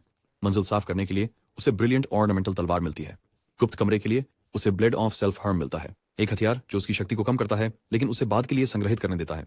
वह इसे आजमाने का फैसला करता है और अपनी बांह पर काटता है और देखता है कि उसकी ताकत घटती है। वह इसे आपात स्थिति के लिए बचाने का निर्णय लेता है। उसका अंतिम इनाम है डार्क रोब, जो उसे एक क्षण के लिए अदृश्यता प्रदान करता है। वह इसे पहनता है, एक सेकंड के लिए गायब हो जाता है और फिर से प्रकट होता है। जैसे ही वह आगे बढ़ता है, योद्धा भूत उसके हाथों में दोहरी तलवारें देखता है और कहता है कि उसकी अपनी तकनीक भी इसी रास्ते पर चलती है। वह बताता है कि उसने काबर्ड साम्राज्य की महान तलवारबाजी पर आधारित एक तलवारबाजी शैली बनाई और उसमें निपुणता हासिल की, और इसी दौरान तलवारबाज का खिताब हासिल किया। मुख्य पात्र स्वाभाविक रूप से इसे सीखना चाहता है, लेकिन योद्धा भूत का मानना है कि हमारे लड़के के वर्तमान स्तर पर यह उसे मारने का सबसे तेज तरीका होगा। इसके बजाय वह उसे चुनौती देता है कि वह पहले और मजबूत बने, भूल भुलैया में गहराई तक जाए, साबित करे अपने आप को, और फिर वे बात करेंगे। इसे ध्यान में रखते हुए हमारा नायक छठी मंजिल पर पहुंचता है, जहां उकेरी गई मंत्र स्क्रॉल तैयार है। इनाम। उसे याद है कि टायोन ने इस मंजिल को दलदल के कारण एक बुरा सपना बताया था। सबसे बुरी बात यह है कि जहां खिलाड़ी कीचड़ में फंसे रहते हैं वहां राक्षस आसानी से घूमते हैं। उम्मीद के मुताबिक लिजार्डमैन उस पर हमला करता है। मुख्य पात्र अपनी छड़ी से उन्हें आग लगा देता है। जैसे ही वह दलदल को साफ करता है, उसका अंतर्दृष्टि कौशल बेहतर होता है। जब एक लिजार्डमैन उस पर झपटता है तो वह उसे लात मारकर गिरा देता है, और उसे मारने पर उसका मना फिर से बढ़ जाता है, और अन्य लिजार्डमैन से निपटने के बाद वह धक्का देता है आगे। फिर वह दीवार से निकली एक ईंट को देखता है, इसलिए वह उसे वापस अंदर धकेलता है। सीढ़ियां दिखाई देती हैं और लिलिथ ऊपर उसके इंतजार में है, खुद से बहुत खुश दिख रही हैं। अंदर वह सीढ़ियों पर ऐसे बैठी है जैसे वह कोई सर्वज्ञानी संत हो, और मुख्य पात्र उसके सामने घुटने टेकता है। वह स्पष्ट रूप से इस श्रेष्ठता के क्षण का आनंद ले रही है, लेकिन सौभाग्य से वह वास्तविक व्याख्या की ओर बढ़ती है। उसके अनुसार जादू कुछ ऐसा नहीं है जिसे बस उठा लिया जाए क्योंकि इसे दिया या कमाया जाना चाहिए। यही कारण है कि यह आग बनाने, अंतरिक्ष के माध्यम से काटने या यहाँ तक कि समय को मोड़ने जैसे असाधारण कार्यों की अनुमति देता है। और निश्चित रूप से यही कारण है कि जादूगर इतने महत्वपूर्ण होते हैं। फिर वह मांग करती है कि हमारा लड़का उसे औपचारिक रूप से संबोधित करे, क्योंकि अब वह उसका शिष्य है। वह बिना किसी हिचकिचाहट के सहमत हो जाता है, क्योंकि निश्चित रूप से यदि जादू सीखने की कीमत उसे शिक्षक कहने में है तो ऐसा ही सही। वह एक साधारण आग का जादू दिखाती है, लेकिन हमारे नायक को यह सिर्फ एक साधारण लौ ही लगती है। जाहिर तौर पर यह उन लोगों के लिए सामान्य है जो उन दुनियाओं से आते हैं जहां जादू नहीं है। जहां तक वास्तव में जादू सीखने का सवाल है, वह बताती हैं कि यह काफी सरल है। बस जादू के देवता के साथ एक अनुबंध बनाएं। लेकिन योद्धा भूत के अनुसार ये देवता बस अनुबंध नहीं देते।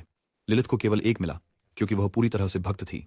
एमसी, जिसने पहले ही कई प्रेरित अनुबंध ठुकरा दिए हैं, एक और हस्ताक्षर करने के लिए बिल्कुल उत्सुक नहीं है। लेकिन इससे पहले कि वह इस पर ज्यादा सोच सके, लिलिथ ने खुद ही मामला संभाल लिया।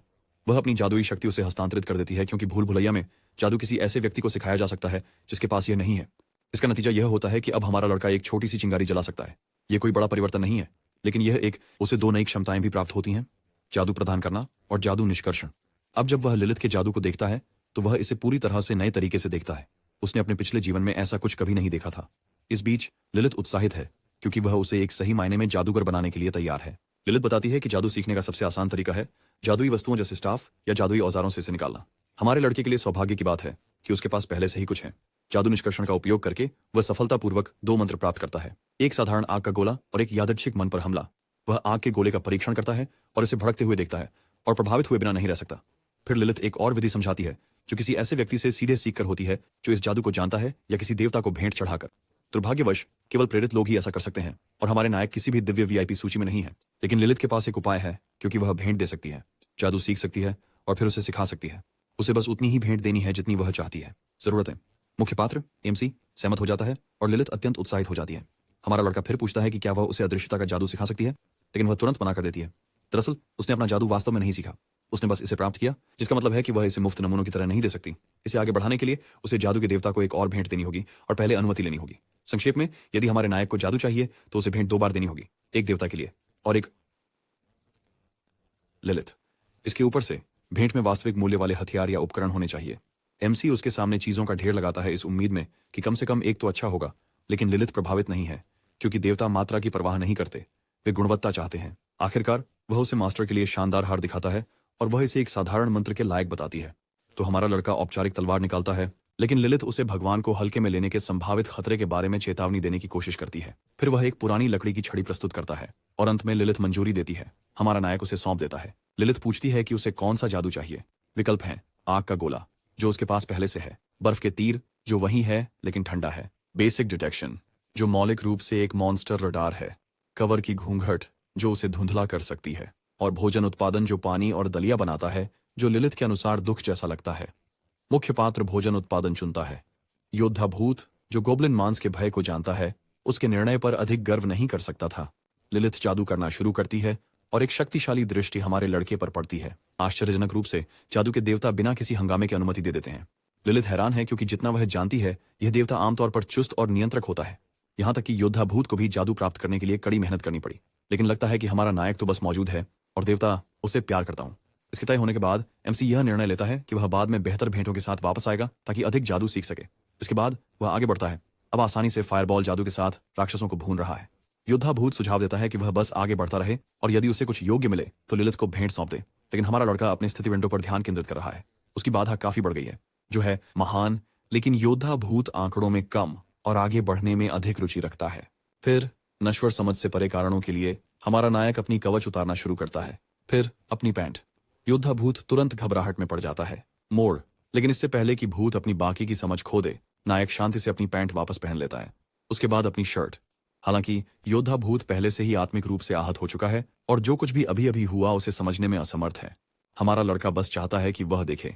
छिपकली मानव, जो एक पेड़ के पीछे छिपा है, हमारे नायक को वहां खड़ा देखता है, जो लगता है कि असुरक्षित है और इसे अपना सुनहरा मौका समझता है। वह जल्दी से हमला करता है, लेकिन हमले के बीच में ही पकड़ लिया जाता है। हमला तो होता है, लेकिन इसका कोई खास असर नहीं होता और परिणाम स्वरूप मुख्य किरदार को एक नई कौशल मिलती है, ठोस बनना। और क्योंकि उसे पहले हमले से वास्तव में कोई नुकसान नहीं हुआ, उसे एक अन्य कौशल प्राप्त होता है, पहले हमले का नकार। छिपकली आदमी फिर से झपटता है। हमारा लड़का अपनी नई कला को सक्रिय करता है, जीव के गले को पकड़ता है और उसे फेंक देता है, इसे समाप्त कर देता है। हमारा नायक अपने पिछले जीवन की एस रैंक के राक्षसों के साथ लड़ाई को याद करता है, खासकर आक्रमण नकार कौशल को। ब्लॉक या डॉज करने के विपरीत यह क्षमता बस हमले को अस्तित्व से मिटा देती है और प्रतिद्वंद्वी को पूरी तरह से हक्का बक्का कर देती है। योद्धा भूत को पता है कि एमसी ने इसे प्राप्त करने के लिए किस तरह का कष्ट सहा है।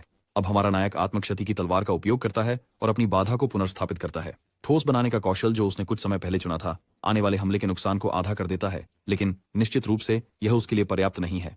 वह अधिक नलकीकरण कौशल चाहता है। योद्धा भूत चिंतित है, और अच्छे कारण से। हमारा नायक पहले ही पहले वाले को पाने के लिए पिट चुका है और उसकी बाधा जीवन में बस 30% से थोड़ी ऊपर है। अगर उसे 2 और चोटें लगती हैं तो खेल खत्म हो जाएगा। लेकिन हमारा लड़का बिल्कुल भी चिंतित नहीं है। उसके पास आशीर्वाद का पाउडर है, जो उसका चीट कोड है। वह खुद को 3 बोतलों से ढकता है और अगले कमरे में कदम रखता है। जैसे ही वह प्रवेश करता है, एक लिजर्ड मैन उसे देखता है और उसे छुरा मारने के लिए दौड़ता है। एमसी अपनी पहली नलिफिकेशन स्किल को सक्रिय करता है और हमले को गायब कर देता है, जैसे वह कभी हुआ ही नहीं। लिजर्ड मैन फिर से कोशिश करता है। इस बार हमारा हीरो बच जाता है, लेकिन फिर भी उसे कुछ नुकसान होता है। उसकी बाधा, जो पहले से ही 35 पर संघर्ष कर रही थी, 18 तक गिर जाती है। लगे हाथ सिस्टम क्षति की गणना कई कारकों जैसे सटीकता, चकमा, रक्षा और पर करता है। भाग्य और केवल संयोग के आधार पर 10% क्षति में उतार चढ़ाव होता है। इसलिए अगर एक हमले को 30 क्षति देनी चाहिए, तो अंतिम संख्या भाग्य के अनुसार 27 से 33 के बीच हो सकती है। सौभाग्य से आशीर्वाद का पाउडर हमारे लड़के के पक्ष में थोड़ा पक्षपात करता है, और सबसे बढ़िया बात यह है कि 3 से अधिक बोतल इस्तेमाल करने से क्षति कम होती है। लिजार्डमैन फिर से हमला करता है और हमारे हीरो का बैरियर अंततः टूट जाता है, लेकिन यही तो वह चाहता था। अपनी ढाल खोने के बदले में वह सफलतापूर्वक अपनी दूसरी अस्वीकरण कौशल प्राप्त कर लेता है। अब जब उसे वह मिल गया जिसके लिए वह आया था, वह लिजर्डमैन को खत्म कर देता है और उसे ऐसे आसमान में उछाल देता है जैसे वह एक फुटबॉल किक कर रहा हो। फुटबॉल। समय बर्बाद न करते हुए वह आगे बढ़ता है और तेजी से एक और छिपकला पुरुष को उसके दिल को भेद कर गिरा देता है, जो उसकी कमजोर जगह है। और इसी तरह उसे एक और कौशल मिलता है, कमजोर जगह। हमले के बाद अधिकांश मंजिल साफ हो चुकी है। वह बॉस लड़ाई से पहले थोड़ी देर आराम करने का निर्णय लेता है। वह बैठ जाता है और जो कुछ भी है उसे खाता है, जिसे सबसे बेस्वाद खाने का बहाना कहा जा सकता है। यह बिना स्वाद का दलिया जैसा ही होता है, लेकिन यह फिर भी ईंधन है। खाना खाते समय वह योद्धा भूत से रैंडम माइंड अटैक के बारे में पूछता है और क्या वह इसके प्रभावों को स्टैक कर सकता है। भूत बताता है कि जादू का असर खत्म होने के बाद ही इसे दोबारा इस्तेमाल किया जा सकता है। हमारा लड़का लिलिथ के साथ हुई बातचीत को याद करता है, जहां उसने सीखा था कि जादुई कौशल भूल भुलैया में क्षमताओं की तरह गिने जाते हैं। इसलिए वह फायरबॉल को एक तीर में बदलने की कोशिश करता है, लेकिन यह बुरी तरह विफल हो जाता है। योद्धा भूत देखता है क्योंकि एमसी स्पष्ट रूप से उच्च स्तर के जादू के साथ संघर्ष कर रहा है। फिर भी हमारा नायक हार मानने से इनकार करता है। वह 3 आग के गोलों को बनाता है और आग शुरू करने के लिए उन्हें दूर फेंकता है। इससे उसे यह विचार आता है कि यदि वह कुछ प्रभावों को दोहराकर नई क्षमताएं प्राप्त कर सकता है तो शायद जादू भी उसी तरह काम करता है। वह अपने सिद्धांत को परीक्षा के लिए वह जानता है कि वह फायरबॉल्स को उसके हाथ में रखते हुए नहीं मिला सकता, लेकिन जब वह एक को फेंकता है तब कुछ समझ में आता है। जैसे ही यह उसके हाथ से निकलती है, इसकी ऊर्जा अलग महसूस होती है। वह इसे और आगे जांचने का फैसला करता है, माना औषधि पीता है, एक और आग का गोला बनाता है और उसी दिशा में फेंकता है। फिर वह उसके पीछे कूदता है, एक और बनाता है और दोनों को मिलाता है। लिलिथ के साथ अपनी बातचीत को याद करते हुए वह प्रक्रिया को दोहराता है, कूदते हुए, एक और आग का गोला बनाते हुए और उसे बढ़ती हुई आग की लपटों में मिला देते हुए। बार बार वह तकनीक में सुधार करता है जब तक कि अंत में विशाल जलती हुई गेंद दीवार से टकरा जाती है और इसी तरह वह बर्निंग को अनलॉक करता है। गेंद एमसी छठे तल के बॉस लिजर्डमैन चैंपियन का सामना करता है। वह उस पर एक बर्निंग बॉल फेंकता है, लेकिन लिजर्डमैन चैंपियन हमले को रोक देता है। हमारा लड़का कुछ अलग करने का फैसला करता है और उसे निराशा और पागलपन के मंत्रों से मारता है। इसके बाद एक और बर्निंग बॉल फेंकता है। गरीब जीव को लाचारी और भ्रम से बमबारी कर दी जाती है। यहां तक कि योद्धा भूत भी लिजार्डमैन चैंपियन की दुखद नियति पर अफसोस करते हैं, लेकिन अफसोस जीवन नहीं बचाता और जल्द ही लिजार्डमैन चैंपियन अस्तित्व से हार मान लेता है और गिर जाता है। एक इनाम के रूप में हमारे नायक को एक नक्काशीदार जादू स्क्रॉल मिलता है। हालांकि गुप्त इनाम थोड़ा अधिक रोमांचक है। ठंडे दिल वाला स्टाफ जो प्रत्येक जादू के लिए मना लागत को कम करता है। एक ठोस आइटम, लेकिन वह इसे बाद में उपयोग के लिए अपने इन्वेंट्री में डाल देता है। इनके साथ उसे चैंपियन नेकलेस भी मिलता है, लेकिन एक नजर डालने के बाद वह महसूस करता है कि उसका वर्तमान लॉर्ड्स नेकलेस अभी भी श्रेष्ठ है। वह इसे एक और जादू सीखने के लिए भेंट स्वरूप देने पर विचार करता है। कुछ देर बाद लिलिथ चैंपियन नेकलेस लेती है, कुछ जादू करती है और अब एमसी के पास बर्फीले तीर हैं। कमरे की जांच करते समय वह देखता है कि छोटे सुरक्षित जोन दिखाई देते हैं जो साफ करने के बाद सामने आते हैं। फिर वह योद्धा भूत के साथ आइसेरो पर चर्चा करता है और वे षड्यंत्रकारी की तरह फुसफुसाने लगते हैं, जिससे लिलिथ साफ साफ भ्रमित हो जाती है। जब वह जानना चाहती है कि क्या हो रहा है तो वे पहले उसे बाहर ले जाने का फैसला करते हैं। बाहर जाते ही हमारा लड़का एक जलता हुआ गोला बनाता है और लिलिथ की प्रतिक्रिया बेहद अनमोल होती है। उसका जबड़ा लगभग फर्श पर पहुंच जाता है, जबकि योद्धा भूत हमारे नायक की इस नई कौशल के बारे में शेखी बघारने लगता है। पता चला लिलिथ को अदृश्यता जादू में पारंगत होने में 100 साल लगे, जबकि मुख्य पात्र जादू की कठिनाई से अनजान आसानी से हाई टियर जादू ऐसे कर गया जैसे यह कोई बड़ी बात ना हो। लिलिथ निश्चित रूप से इसे अच्छी तरह नहीं लेती। वह इस बारे में भड़क जाती है कि कैसे जादू के स्तर बहुत अलग होते हैं और यह है कि शुरुआती स्तर का जादू और इसके ऊपर का जादू वास्तविक संयोजन की मांग करता है, जैसा कि मूल मंत्रों के विपरीत है जो बस एक स्टाफ पर लगाए जा सकते हैं। कहीं बीच में वह नाटकीय रूप से गिर जाती है और दुनिया की अन्यायपूर्णता के बारे में कराहने लगती है। वह जानना चाहती है कि उसने इसे इतनी आसानी से कैसे सीखा, लेकिन हमारे नायक के लिए यह कोई बड़ी बात नहीं है। ये प्रतिक्रिया उसे लगभग मार ही डालती है। कुछ क्षण बाद लिलिथ आधी मरी हुई फर्श पर पड़ी है, इसे आजमाने के बाद थकी हुई। चूंकि जादूगर वास्तव में स्टैमिना ट्रेनिंग नहीं करते, वह पूरी तरह से ऊर्जा से बाहर है। फिर भी वो मुख्य पात्र को धन्यवाद देती है, क्योंकि इस पूरे अनुभव ने उसे यह एहसास दिलाया है कि उसे अभी भी कितना कुछ सीखना बाकी है। इसके साथ वे अपने रास्ते चलते हैं और हमारा पात्र अगले तल की ओर बढ़ता है। अपने रास्ते में वो अपनी स्थिति विंडो की जांच करता है और देखता है कि उसके आंकड़े ठोस दिख रहे हैं, कुछ तो उसकी पिछली जिंदगी से भी बेहतर हैं। वो 7वें तल में प्रवेश करता है और जानता है कि सफाई का इनाम डर्टी बीइंग का नेकलेस है। योद्धा भूत उसे अपनी साम्राज्य तलवारबाजी सिखाएगा। मंजिल, लेकिन उससे पहले उसके पास एक लंबी कहानी है। जाहिर है उसकी दुनिया में ताकत सब कुछ थी और कमजोर लोग मूल रूप से सजावट की तरह थे। यहाँ तक कि शाही परिवार भी इन्हीं नियमों का पालन करता था, क्योंकि उसे सिंहासन पर दावा करने के लिए अपने ही भाई बहनों को हटाना पड़ा था। वह स्वीकार करता है कि अब वह कभी वापस नहीं जा सकता और अपनी तलवारबाजी को पीछे छोड़ना उसके लिए अतीत से शांति बनाने का एकमात्र तरीका है। सचमुच एक मार्मिक कहानी है, सिवाय इसके कि हमारे नायक को अधिक दिलचस्पी है कि क्या यह तकनीक वास्तव में उपयोगी है। मुख्य पात्र को एक विशाल कमरा मिलता है और वह सोचता है कि यह प्रशिक्षण के लिए अच्छी जगह है। योद्धा प्रेत बताते हैं कि उनकी तलवारबाजी में कोई रक्षा नहीं है और बस शुद्ध आक्रमण है। कुंजी यह है कि विरोधी की गतिविधियों की भविष्यवाणी करें और उनकी प्रतिक्रिया देने से पहले वार करें। हमारा नायक इंगित करता है कि कुछ हमले ऐसे होते हैं जिनका बचाव नहीं किया जा सकता, जो इस तकनीक को थोड़ी अविश्वसनीय बनाता है। लेकिन योद्धा भूत जोर देकर कहता है कि यह अत्यधिक शक्तिशाली है। खैर, अगर यह इतना अच्छा है तो हमारा हीरो सोचता है कि उसे इसे ले ही लेना चाहिए। योद्धा भूत मुख्य चरित्र पर हाथ रखता है और उच्च स्तरीय कौशल स्वॉर्ड ऑफ स्टॉर्मस्कार्स को स्थानांतरित करता है। हमारा लड़का कौशल का निरीक्षण करता है और देखता है कि निपुणता ठोस 0 पर है। पता चला कि भूत ज्ञान तो दे सकते हैं, लेकिन कौशल की महारत नहीं, जिसका मतलब है कि उसे खुद ही समझना पड़ेगा। योद्धा भूत तकनीक समझाने की कोशिश करता है, लेकिन हमारा हीरो इसे समझने में संघर्ष करता है। उसे छाती की ओर निशाना साधना चाहिए, अपनी बांह मोड़नी चाहिए, हिलना चाहिए बाएं और अपने शरीर की लचीलापन का उपयोग करें, लेकिन वह अपने कपड़ों में उलझ जाता है। योद्धा भूत तलवारबाजी को शब्दों में ढालने के लिए संघर्ष कर रहा है, लेकिन उसे आश्वस्त करता है कि वह प्रतिभावान नहीं है, बस अनुभवहीन। मुख्य पात्र तब पूछता है कि क्या दक्षता मूल रूप से अनुभव के बराबर है, और योद्धा भूत इसकी पुष्टि करता है जैसे जैसे यह केवल अभ्यास से सुधारता है। तभी हमारे लड़के को उस प्रवीणता बढ़ाने वाली औषधि का याद आता है जो उसने हंगाए हाँ को हराने के बाद पाई थी। वही इसे पीता है और निश्चित रूप से उसकी तूफान के निशान वाली तलवार की निपुणता बढ़ जाती है। भूत के निर्देशों का पालन करते हुए वह अंततः तकनीक को पूरी तरह से निपटाता है, ठीक उसी तरह जैसे योद्धा खुद करता था। हमारा हीरो दुकान से एक जंग लगा हुआ तलवार उठाता है, एक विकल्प जो खोए हुए राजा को भ्रमित करता है। ये बिल्कुल किंवदंतियों का हथियार नहीं है, लेकिन हमारा लड़का यहाँ प्रभावित करने के लिए नहीं बल्कि जीवित रहने के लिए है, जिंदा। इसके थोड़ी देर बाद वह एक छिपकली आदमी का सामना करता है जिसके पास जंग लगे तलवारें हैं। योद्धा भूत के अनुसार हाथ से लड़ाई करना ही तलवार ऑफ स्टॉर्म स्कार्स में महारत हासिल करने का सही तरीका है, और इस तरह की तलवार के साथ शुरुआत से बेहतर कुछ नहीं है। जैसे जैसे लड़ाई आगे बढ़ती है उसे कुछ एहसास होता है। वह छिपकली आदमी के हमलों के खिलाफ हर एक प्रतिरोध को देख सकता है, जैसे प्राणी धीमी गति में चल रहा हो। कुछ वारों के बाद लड़ाई समाप्त हो जाती है और उसकी दक्षता बढ़ जाती है। योद्धा आत्मा उसे बताती है कि उसकी कलाई को थोड़ा अधिक हिलाए, क्योंकि वह अब तक बहुत कड़ा रहा है। हमारा नायक इसे समायोजित करता है और देखते ही देखते उसकी लड़ाइयां तेजी से समाप्त होने लगती हैं। योद्धा आत्मा के निर्देशों का पालन करते हुए वह एक और छिपकली आदमी को चुनौती देता है। एक लड़ाई दूसरी में बदल जाती है और इससे पहले कि उसे कुछ पता चले रात गिर जाता है। वह सोने के लिए लेट जाता है। योद्धा भूत को विश्वास नहीं होता। हमारे लड़के की दिनचर्या पूरी तरह से पागल है। आधे दिन की लड़ाई, 6 घंटे तलवार की कला का अभ्यास और बाकी समय बस इतना सोना कि मरने न पाए। लेकिन मुख्य पात्र के लिए यह एक अजनबी दुनिया में बिना उद्देश्य भटकने के मुकाबले स्वर्ग है। हालांकि योद्धा भूत को यकीन है कि यह लड़का बिल्कुल ही पागल। 3 दिन बीत जाते हैं और हमारे नायक की कौशल इतनी निखर जाती है कि वह आसानी से विरोधी की चालों की भविष्यवाणी कर सकता है। लेकिन कुछ अब भी सही नहीं लगता। इससे पहले कि वह और आगे सोच सके, एक और छिपकली आदमी सामने आता है। अधिक सोचने के बजाय वह वही करता है जो वह सबसे अच्छा करता है, यानी लड़ाई करता है। वह योद्धा भूत के निर्देशों को सुनता है, धीमे जानबूझकर कदम उठाता है, अपने मन को शांत करता है और स्वाभाविक रूप से चलता है। जैसे ही वह वार करता है, अचानक भ्रामक भेड़िए प्रकट होते हैं और छिपकली मनुष्य पर हमला कर देते हैं। छिपकली मनुष्य के पास कोई मौका नहीं होता और लड़ाई समाप्त होते ही उसकी दक्षता बढ़ जाती है।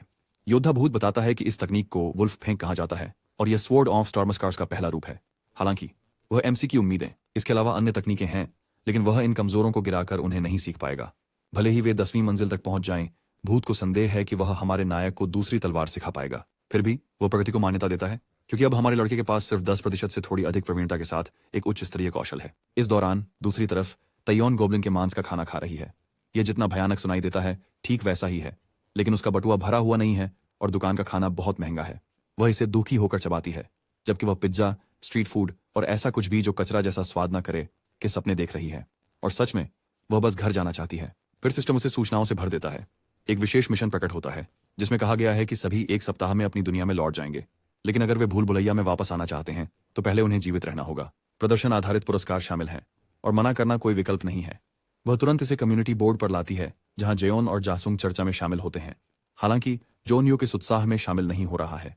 जबकि अन्य जश्न मनाते हैं, वह उन्हें एक छोटी, आसानी से भूल जाने वाली बात की याद दिलाता है कि उन्हें सबसे पहले भूल भुलैया में फेंका गया था, क्योंकि उनकी दुनिया पहले से ही राक्षसों से भरी हुई थी। चुप्पी छा जाती है और अचानक घर वापस जाने की यह बात कुछ सेकंड पहले जितनी सांत्वना देने वाली नहीं लगती।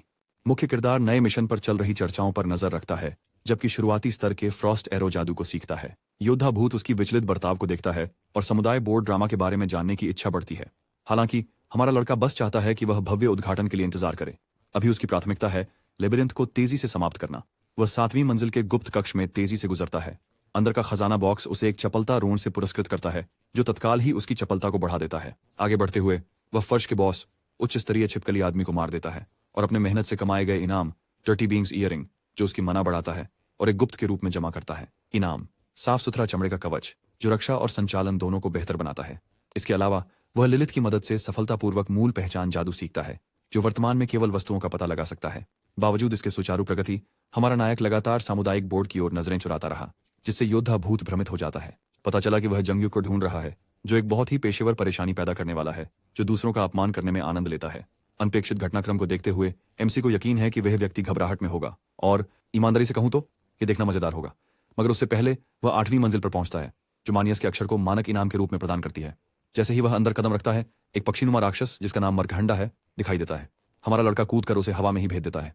आखिर में वह इन प्राणियों को संभालना आसान पाता है। वे केवल प्रवृत्ति पर चलते हैं, उसके लिए उन पर भव्य तलवार तकनीकें बर्बाद करने की कोई जरूरत नहीं है। योद्धा भूत टिप्पणी करता है कि तलवारबाजी मानव लड़ाइयों के लिए डिजाइन की गई थी, न कि जानवरों के शिकार के लिए। इसे अपने जादू की परीक्षा के लिए एक आदर्श बहाना मानते हुए हमारा नायक प्राणियों को जलती हुई आग की गेंदों से जलाना शुरू कर देता है। आखिरकार वह ओमान के वेदी पर पहुंचता है। योद्धा भूत समझाता है कि परीक्षाओं के देवता ओमान को साहसी लोगों पर चुनौतियां फेंकना पसंद है, ताकि वे संघर्ष करें और अपनी खुद की खोज करें। ताकतें। उनकी राय में इस चरण में ओमान मुख्य पात्र के लिए आदर्श देवता है। हमारा लड़का इस परीक्षा को स्वीकार करता है। तुरंत ही चारों ओर पानी की एक ऊंची दीवार बन जाती है और एक छायादार आकृति वेदी से निकलकर उस पर हमला करती है। हमारा लड़का उसके हाव भाव का आकलन करने के लिए पीछे हटता है और तुरंत नोटिस करता है कि यह धीरे अपने जंग लगे तलवार के एक झटके से वह उसे गिरा देता है और कौशल में वृद्धि प्राप्त करता है। अगला साया तेजी से आता है, पर फिर भी उतना तेज नहीं। एक और आसान हत्या और एक और मुफ्त शक्तिशाली वृद्धि बढ़ती है। योद्धा भूत यह बताता है कि ये परीक्षण पहले और दूसरे मंजिल के साहसियों की ताकत को दर्शाते हैं, जिसका मतलब है कि यह मूल रूप से एक आत्म मूल्यांकन परीक्षण है। हमारा नायक इसे अपने विकास को देखने का अवसर मानता है और जारी रहता है। तीसरी परीक्षा उसकी बुद्धिमत्ता बढ़ाती है, चौथी बार फिर से फुर्ती बढ़ाती है और पांचवी उसे और मजबूत करती है। छठे दौर तक आते आते छायाएं कौशल का उपयोग करने लगती हैं। उनमें से एक जबरदस्त वार करने की कोशिश करता है, लेकिन मुख्य पात्र फ्रॉस्ट एरो से उसका मुकाबला करता है, उसकी रक्षा प्रणाली को तोड़ता है, उसे गिरा देता है और एक मना बूस्ट प्राप्त करता है। फिर वह अगली छाया पर बर्निंग बॉल से हमला करता है और उसे अधिक शक्ति बढ़ोतरी मिलती है। अंत में वह एक छाया का सामना करता है जो उसके वर्तमान स्तर के बराबर होती है। इस बार वह चीजों को मिलाता है। पहले एक भ्रम जादू करता है, फिर फ्रॉस्ट एरो का उपयोग करता है, एक और साफ हत्या और एक बड़ा मना बढ़ावा। फिर सन्नाटा छा जाता है। वह इंतजार करता है, लेकिन वेदी से कुछ नहीं निकलता। योद्धा भूत हंसने लगता है, क्योंकि जाहिर तौर पर ओमेन को सिर्फ एक साहसी के वर्तमान तल स्तर तक के छायाओं को बुलाने की अनुमति है। अगर हमारा लड़का आगे बढ़ना चाहता है तो ओमेन को कीमत चुकानी होगी, और वह बहुत उत्सुक नहीं लगता है। रकीरा दास और वाल्टा झार के विपरीत, जिनके लिए हमारे नायक को उसकी सीमाओं तक धकेलने में कोई समस्या नहीं थी, ओमेन संकोच कर रहा है। योद्धा भूत को यह बहुत मजेदार लगता है कि एमसी की अनूठापन देवताओं को भी खुद पर संदेह करने पर मजबूर कर रहा है। हमारा लड़का एक पल रुकता है, फिर जाने की तैयारी करता है, लेकिन जैसे ही वह आगे बढ़ने वाला होता है, ओमन कीमत चुकाता है और उस पर एक और परीक्षा फेंकता है। हमारा लड़का जानता है कि अब से जो परछाइयां वह सामना करेगा वे उन मंजिलों से होंगी जिनको उसने अभी तक साफ नहीं किया है, लेकिन डर का कोई एहसास होने के बजाय वह उत्साहित है। जैसे ही एक और साया वेदी से बाहर आता है, वह उसे काट देता है। पांचवीं परीक्षा को पूरा करने के इनाम के रूप में उसकी शक्ति बढ़ती है, उसकी रक्षा कौशल तेज होती है और उसकी आत्मा के हमले की शक्ति को एक अच्छा बढ़ावा मिलता है। वह उन्नयन का स्वागत करता है, लेकिन फिर भी यह सोचने से नहीं रोक सकता कि ये छायादार आकृतियां वास्तव में क्या हैं। योद्धा भूत समझाता है कि ये वे पूर्व साहसी हैं जिन्होंने या तो अपनी परीक्षाओं में असफल रहे, देवताओं के साथ सौदे किए, या बस मरकर अपनी आत्माओं को इस कारण को दान कर दिया। संक्षेप में वे इतिहास के कम भाग्यशाली साहसिकों के अवशेष हैं। हमारा लड़का उन पर अपनी क्षमताओं का परीक्षण करने का निर्णय लेता है। वह छाया पर एक जलती हुई गेंद फेंकता है, फिर पागलपन का जादू करता है और अच्छे माप के लिए ठंड के तीर चलाता है। 10वां परीक्षण समाप्त होता है और उसे एक और शक्ति में बढ़ोतरी मिलती है। इस बिंदु पर वह एक पैटर्न नोटिस करना शुरू करता है कि ये छायाएं सिर्फ दिव्य नहीं हैं, खिलौने। उनमें से प्रत्येक की अपनी अनोखी लड़ाई शैली है। जब वह 12वीं मंजिल को पार करता है तो चीजें दिलचस्प होने लगती हैं। छायाएं विभिन्न कौशलों का उपयोग करने लगती हैं, लेकिन आकर्षक होने की जल्दी में उनकी चालें असहज हो जाती हैं। हालांकि 15वीं मंजिल तक चीजें परिवर्तन हुआ है और अब ये छायाएं उनके आंकड़ों से मेल खाती हैं, या यहां तक कि आगे भी बढ़ जाती हैं। दुर्भाग्यवश उनके लिए हमारे नायक के पास अभी भी और चालें हैं। Burning sphere, acceleration, power strike, एक सटीक संयोजन और एक और छाया गिर जाती है। उनकी शक्ति, कुशलता और मना सभी बढ़ जाते हैं। हालांकि इन लड़ाइयों से उन्हें अनुभव नहीं मिलता है। अंक, उसकी आत्मा का हमला और आंकड़े बढ़ते रहते हैं। तो मूल रूप से वह बिना तकनीकी रूप से स्तर में ऊपर बड़े स्तर पर पहुंच रहा है। फिर आता है 18वीं मंजिल का साया। वह अपनी तलवार चलाता है क्योंकि वह एक और साफ हिट की उम्मीद करता है, लेकिन साय की और ही योजनाएं हैं। यह उसे पकड़ लेता है और उसकी पीठ में एक तलवार घोंप देता है। सौभाग्य से मुख्य पात्र ने पहले से ही पहले हमले के निष्क्रियकरण को सक्रिय कर दिया था और स्थिति को उलट दिया, उसे समाप्त कर दिया। फिर अगला समस्या आती है, एक विशाल साया युद्ध कुल्हाड़ी लिए हुए। हमारा लड़का अपनी तलवारों से वार को रोकता है और मुश्किल से संभलता है। सिस्टम उसे सूचित करता है कि इसे हराया नहीं जा सकता, लेकिन हमारा हीरो पीछे नहीं हटता। उसने बहुत सी उलझनों का सामना किया है, अब हार मानने का कोई इरादा नहीं है। साया अपनी कुल्हाड़ी घुमाता है और असॉल्ट सक्रिय करता है, एक कौशल जो उपयोगकर्ता को जंगली अनियंत्रित हमले में मजबूर करता है। कमी यह है कि यह उनकी पीठ को पूरी तरह उजागर कर देता है। मुख्य पात्र मूर्ख न होकर पूरे अवसर का लाभ उठाते हैं, आगे बढ़ते हैं, एक ताकतवर वार करते हैं और एक सही जगह पर वार करके काम खत्म कर देते हैं। इससे पहले कि वह थकावट दूर कर सके, 20वीं मंजिल का छाया प्रकट होता है और उस कंप्लीट सक्रिय करता है। विजय। लेकिन हमारा लड़का असहाय नहीं है, उसके पास दृढ़ मानसिकता है। छाया हमला करती है और वह उसे मोड़ देता है। अब तक सब ठीक है, जब तक वह चीज उसे जोर से घूंसा नहीं मारती। वह एक पागलपन का जादू आजमाता है, लेकिन छाया उसे कुछ समझकर टाल देती है और उसे जमीन पर गिरा देती है। घायल, लेकिन हारा नहीं। हमारा नायक अपनी काली चोगा पहनकर अदृश्य हो जाता है, फिर छाया के पीछे प्रकट होता है और एक साफ वार में लड़ाई खत्म कर देता है। 20वीं चुनौती पार करने के साथ उसकी विशेषताएं और उसकी आत्मा हमले की शक्ति बढ़ जाती है। वह आधिकारिक तौर पर पहले से अधिक मजबूत हो गया है, लेकिन इससे पहले कि वह अपने थके हुए शरीर को संभाल सके, एक और छाया वेदी से बाहर आती है। हमारा लड़का उसे एक नजर देखता है, अपने हाथ उठाता है और आत्मसमर्पण कर देता है। ओमान, जो परीक्षण की निगरानी कर रहा है उसे समाप्त कर देता है और चुप हो जाता है।